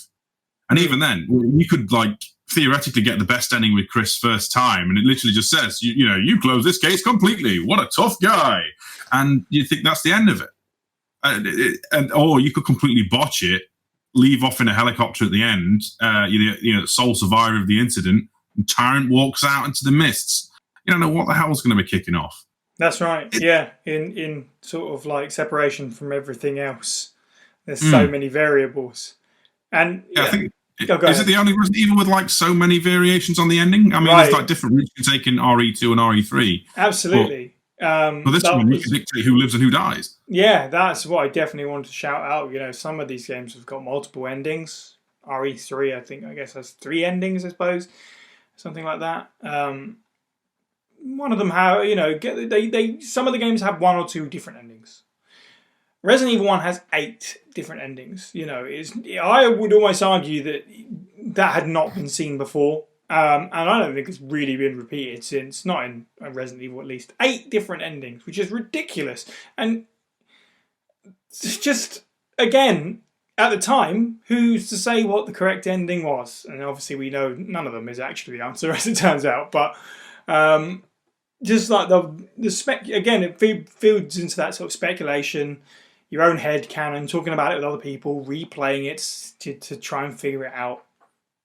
And yeah, the sheer number of choices that you can make in the story of this game is mind-boggling. And again, just another thing that we were talking about recently when we streamed the game, whether you meet Rebecca in the safe room or if you go straight to the corridor with Richard and meet her there, just loads of little bits of that. There's so many different scenes to trigger.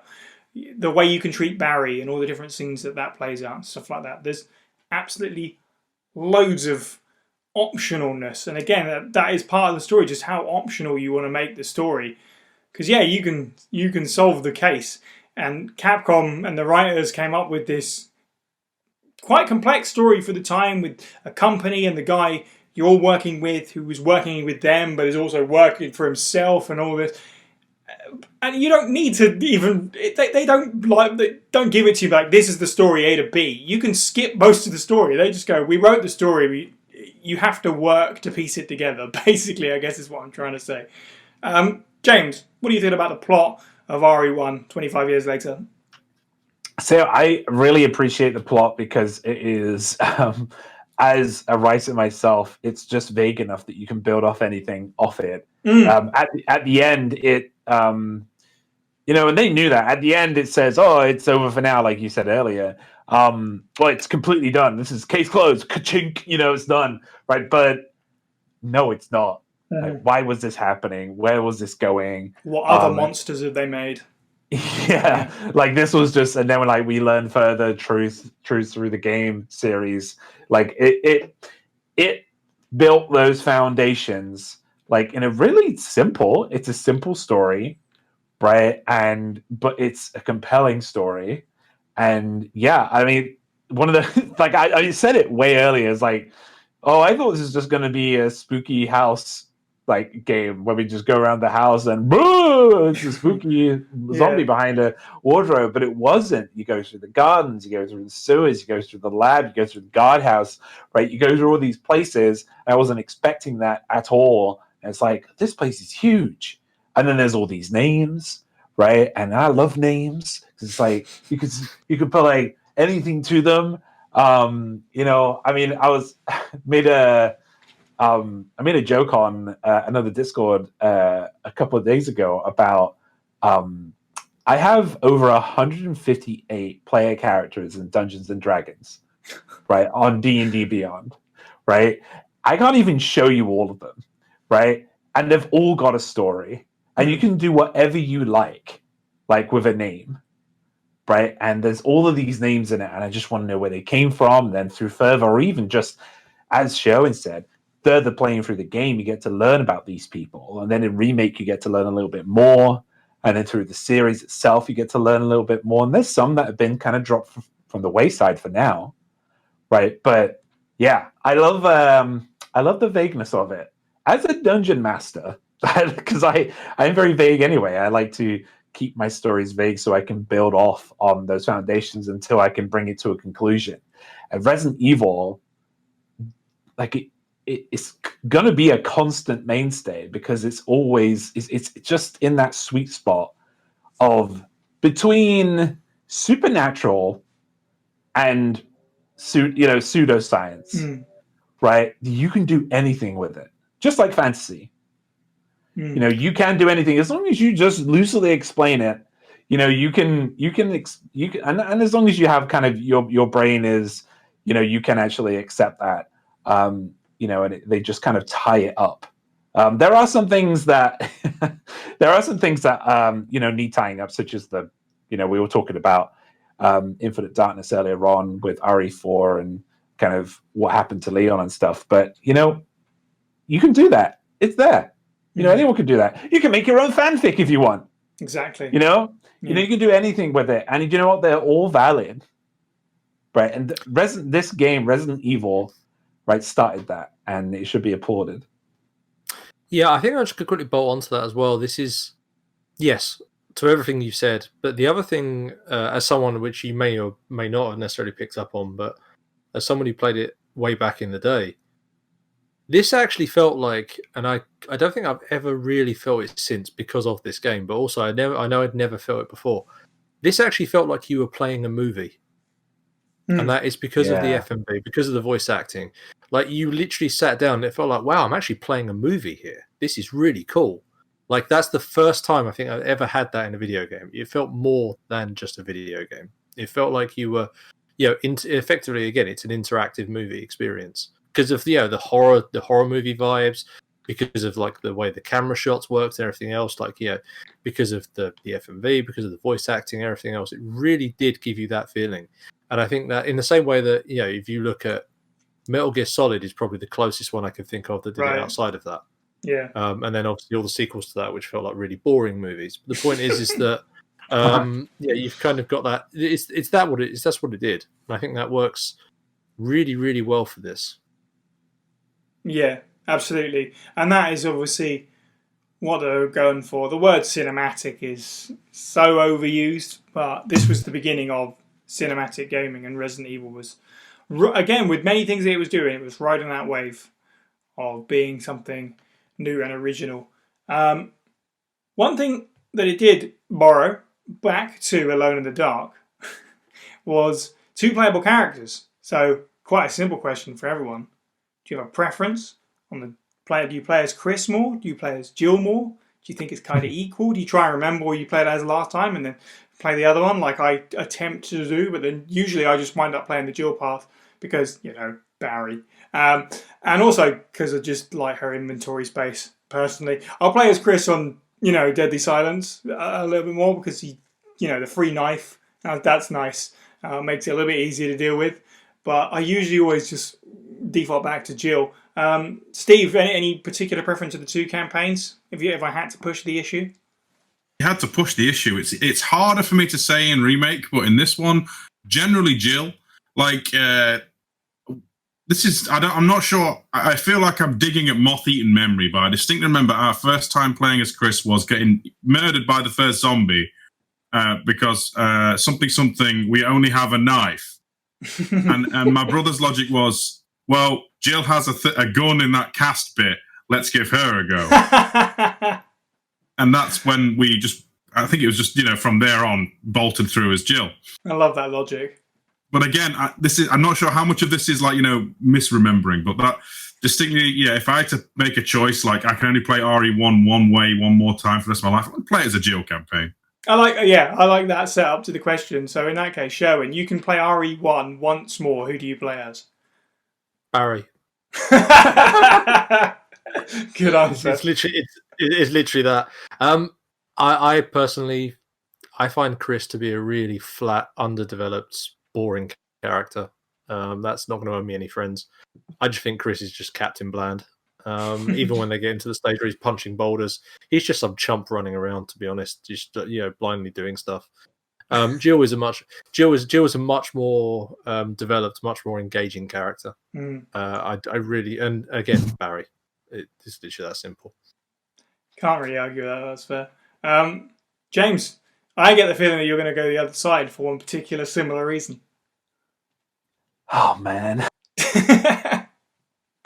First of all, I just want to quickly, it's not spoken about enough, and you guys know my love for, this is tacked on, maybe you want to edit this into the end of the kind of the overarching story of the game, but you guys know how much I love Alien and the franchise itself, and Resident Evil borrows a whole bunch from the Alien franchise, and I super appreciate that, because it feels like although it's not spoken about much, it feels like a little swan song. It's about a big corporation effing up everybody's day, doing weapon development. Right. From a certain point of view, you could argue Wesker is Carter Burke's brother-in-law. Exactly. Yeah. But yes.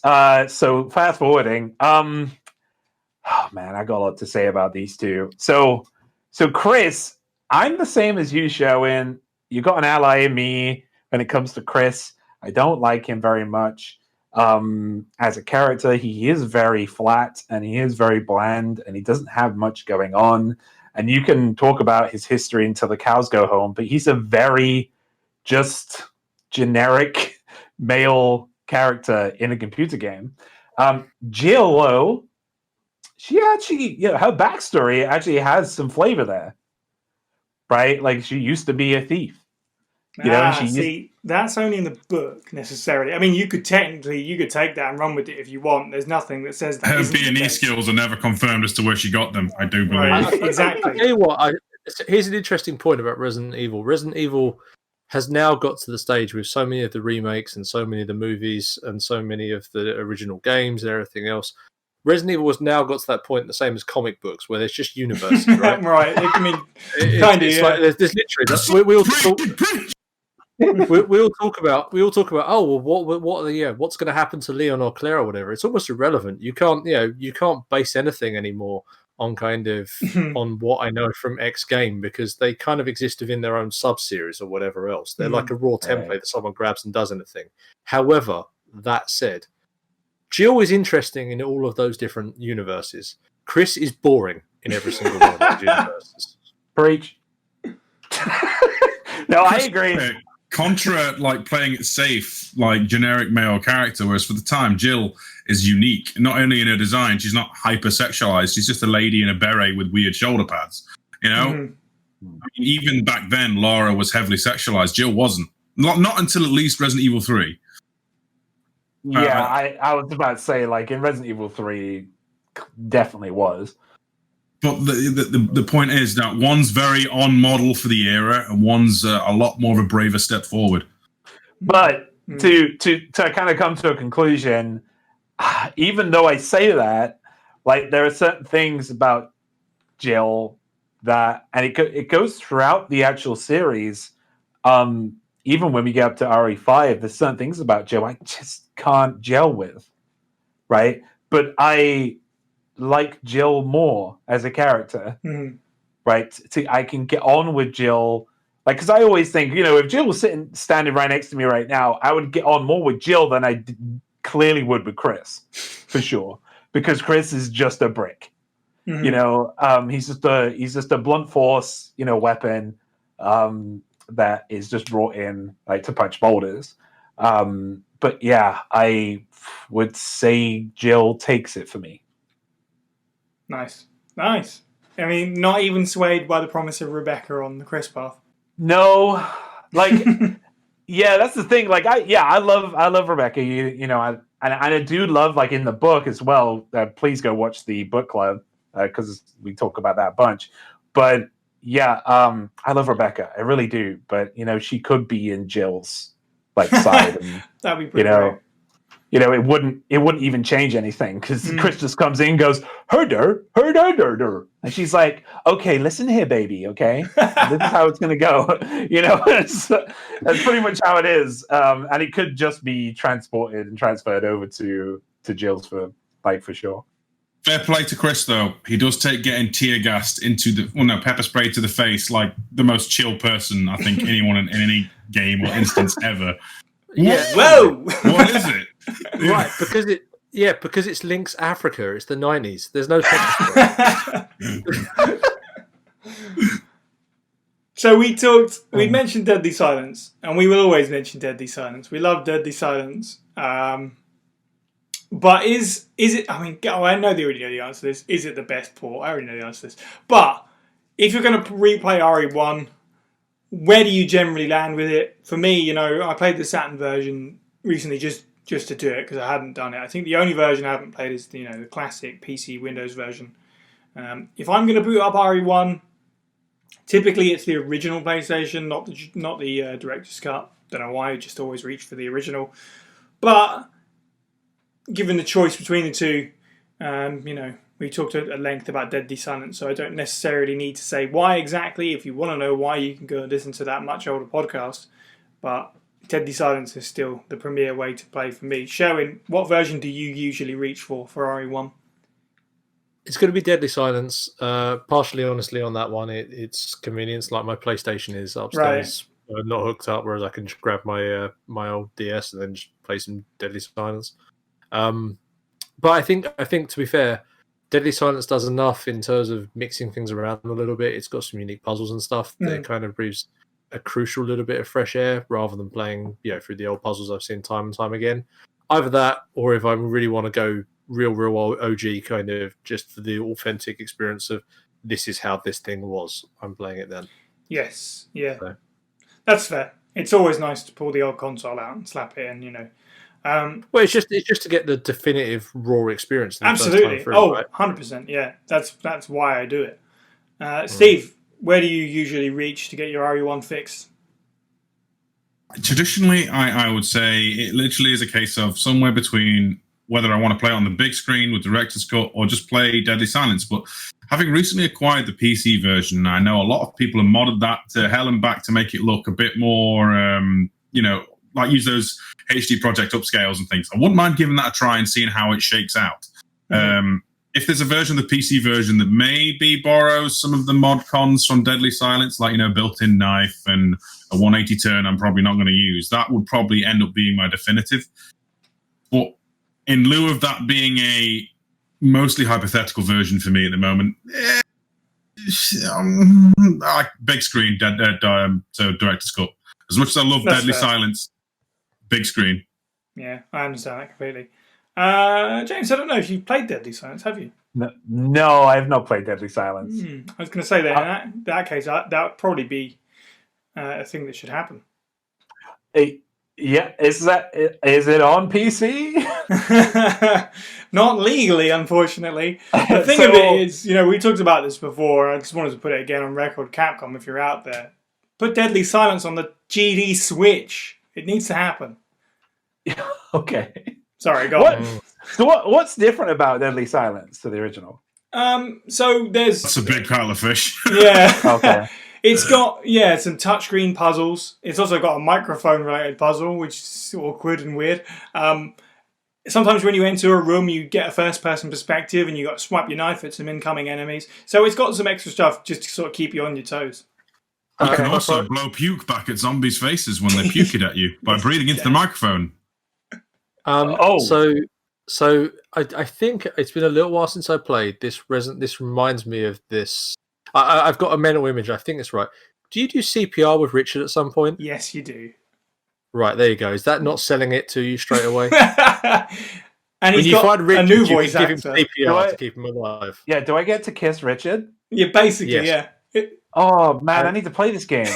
and his voice acting, that they revisited it and they thought, you know what, just because that ouch was not quite there for the up to the spec with all the rest of the voice acting, they added a much better voice actor for it. Oh, For Richard.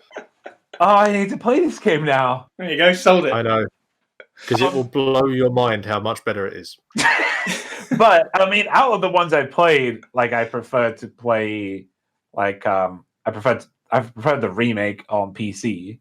Mm-hmm. But I've watched Steve play the director's cut, and it's to play. I prefer the remake. Okay, and this is going to sound really strange, guys, right? But I prefer, in total, like if I was just bringing everything together and to talk about it, I prefer the original game to the remake. Mm-hmm. Which I know is weird. I know the community. Actually, I don't think that's as strange as you think it sounds. Yeah, I understand where you're coming from. Yeah, like I really prefer the director's cut to what. Like I really prefer watching Steve play director's cut. But I feel like if I play director's cut, I mean, one, it would just break my hands. But two, it does like it feel. I don't know. Maybe it's nostalgia, but even then, I might be just feeding off Steve. I'm absorbing his energy. You know, it's nostalgia energy, but I still preferred the original to the remake. No, that's cool. That was obviously going to be my next question as well for everyone. You know, remake or RE1. It's so close. It's so close. As I said, they're both in my top 5. I think I'm depending on the day, to be honest. A remake might nudge it, maybe, but you can ask me again next week and it'll be something completely different. As I said, they can both exist for me and both be 100% enjoyable in their own ways, and I can fancy one over the other depending on what day it is. Remake is superior in its visual design, arguably in its audio design. I love the additions it made. From a story perspective with Lisa and stuff like that, the gameplay is wonderful. I often tout it as, whilst not necessarily my number one favourite game in the series, it's probably the best. It's probably the definitive game. It's probably, if I had to give a single game to anyone who was open-minded about any genre, start with RE1 Remake. But I just love RE1 Classic a lot as well, so it's really hard to say. Sherwin, choice for you, Remake or RE1? Where would you usually hang your hat? Do you know, my hipster instincts are fighting so hard for the original. They really are. But much like I can't but agree with everything you just said. I genuinely, with my only reservation being that I think the endings are a little bit flat, would probably say that RE1 Remake might well be the best video game ever made. Damn. And as a result, I'm going to struggle to say anything other than that's probably going to win. That's fair. That is really fair. Steve, where do you fall on this one? See, it's like you say, it depends what mood I'm in. If I want a serious horror experience in the Resident Evil universe, right, I go for remake. But if I just want some casual fun,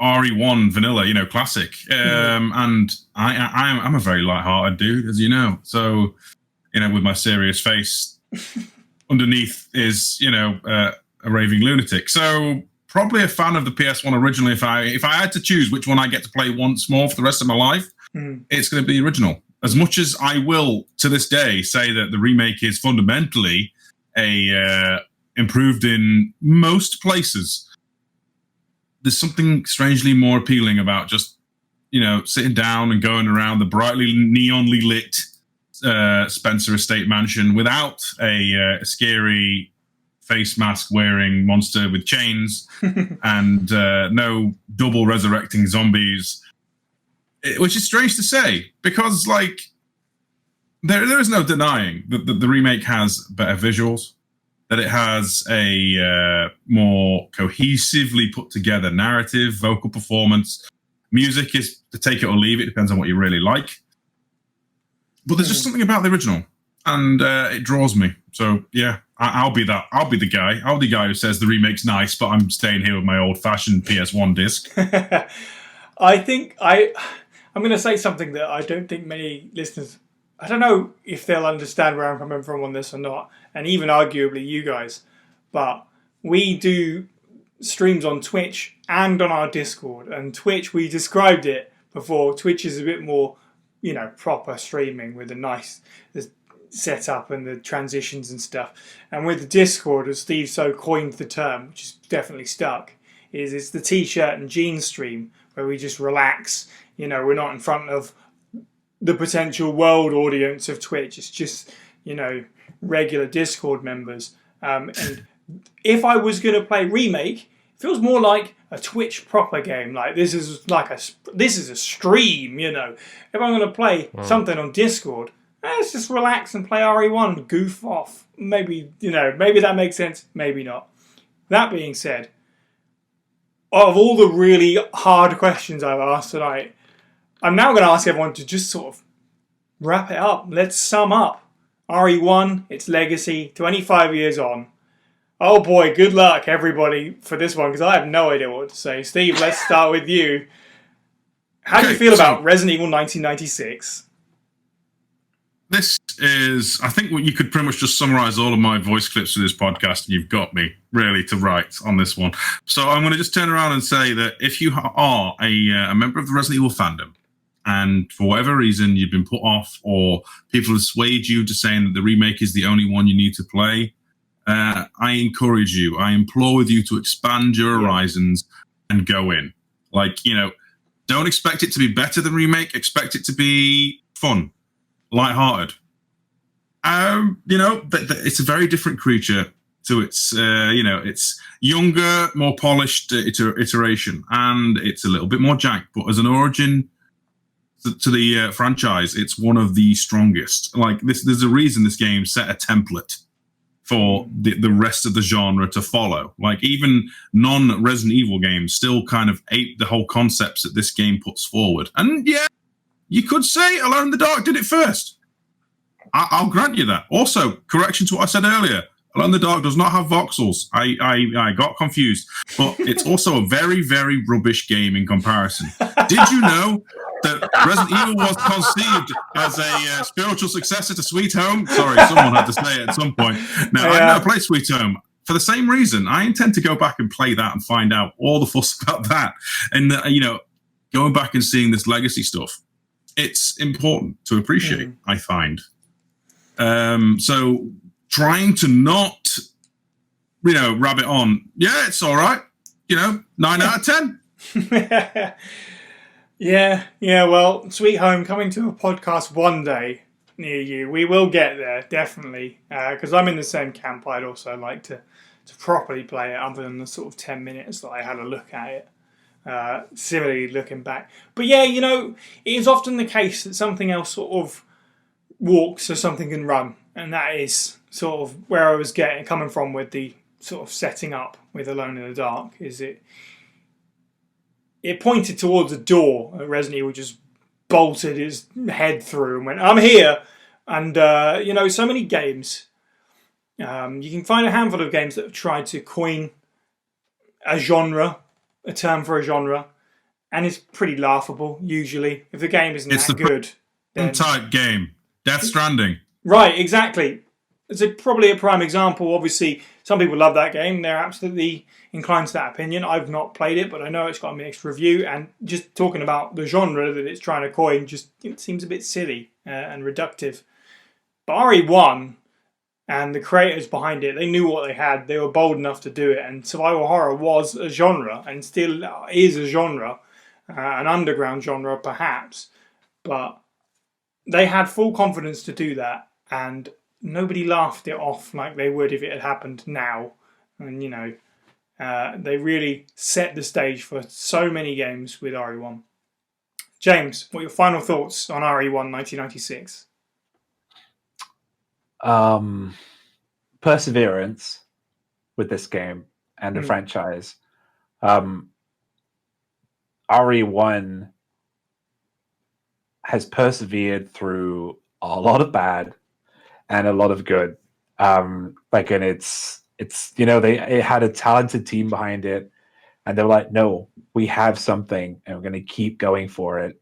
And they kept chasing that dream and what they had. And now we have one of the best horror franchises of any video game series on any platform, because it's on everything now. That we will likely see in gaming ever. If it keeps going, and judging by the fact that it's been going since the late 90s, 25 years, that's crazy. I think the only other kind of games company that can, or the only other kind of thing that can really hold a torch to that, like, again, I mentioned it before, is Tomb Raider, right? But even Tomb Raider hasn't kind of had as much success as Resident Evil has.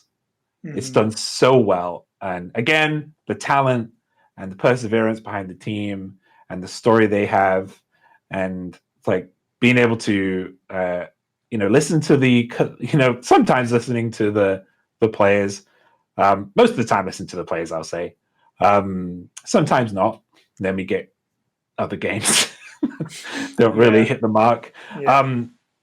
But yeah, like RE1, it started all. It started this genre, and it deserves respect. And yeah, like I would love to play the game. Like I would love to play it, but I just don't think I can, because it's just it's an older game now, and I cannot get. I've been spoiled, friends. I've been spoiled so much. But I love it. I love the game, and you should too.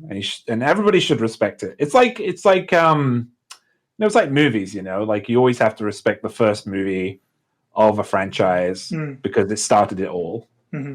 Whether you liked it or not, it needs respect, and it's the same with Resident Evil.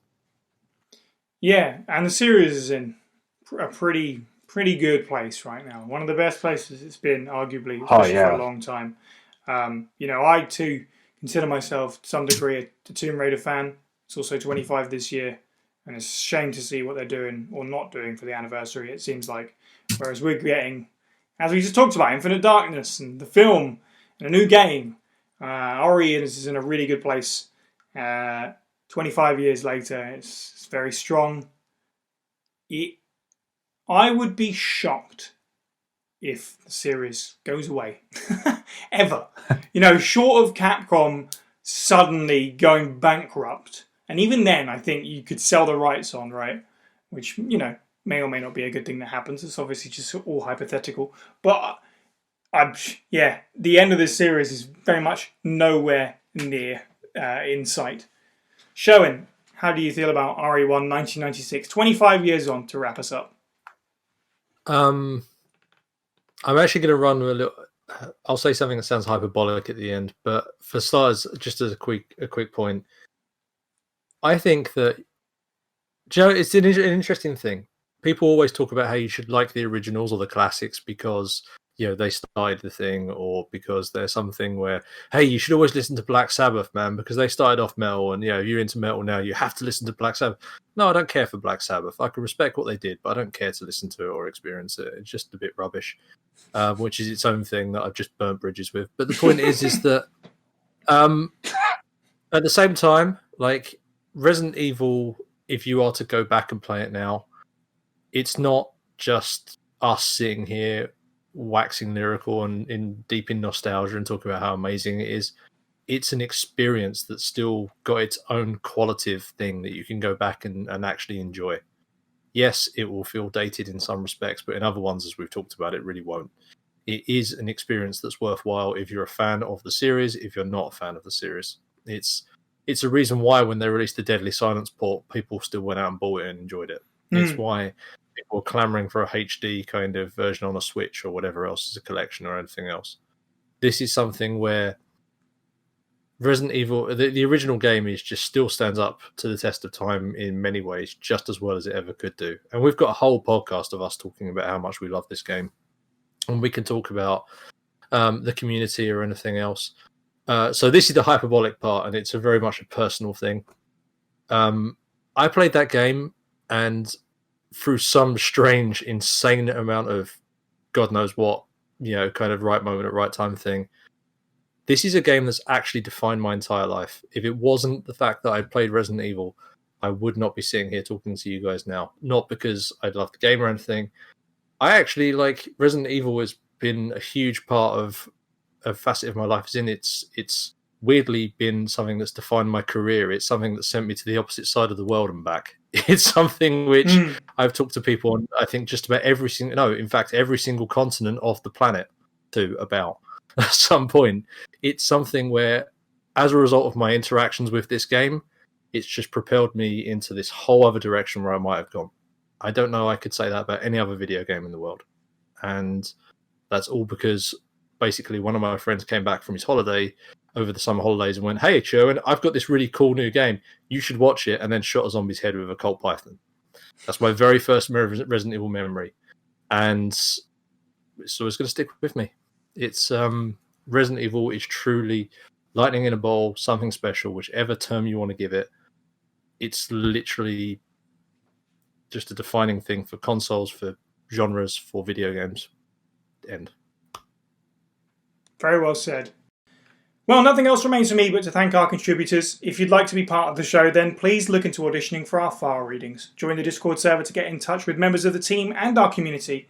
Discuss Resident Evil with us and other fans, and listen to the podcast live as it's being recorded. You can find a link to the server as well as our Twitter, Facebook, Twitch, Instagram, YouTube, and more at faspraypod.com. You can find the podcast. You can find the podcast on YouTube, Stitcher, Spotify, and iTunes. And if you enjoyed the show, please do leave us a review if you can. It helps spread the word. You can also support the show by picking up some merch or at patreon.com/FASprayPod for as little as $1 a month. In our next episode, we go from the original release to one that never was. Several, in fact, when we return to our series on early versions of games to take a look at what could have become Resident Evil 4 with beta builds 3.5. Thank you to the panel. You can follow all of the Pueblo people individually. I'm at Cyniac_123. Steve is at FB Steve Was Taken. Sherwin is at Sherwin's Agenda. And James is at Moist Owl at OFF. And finally, thank you for listening and have a good week.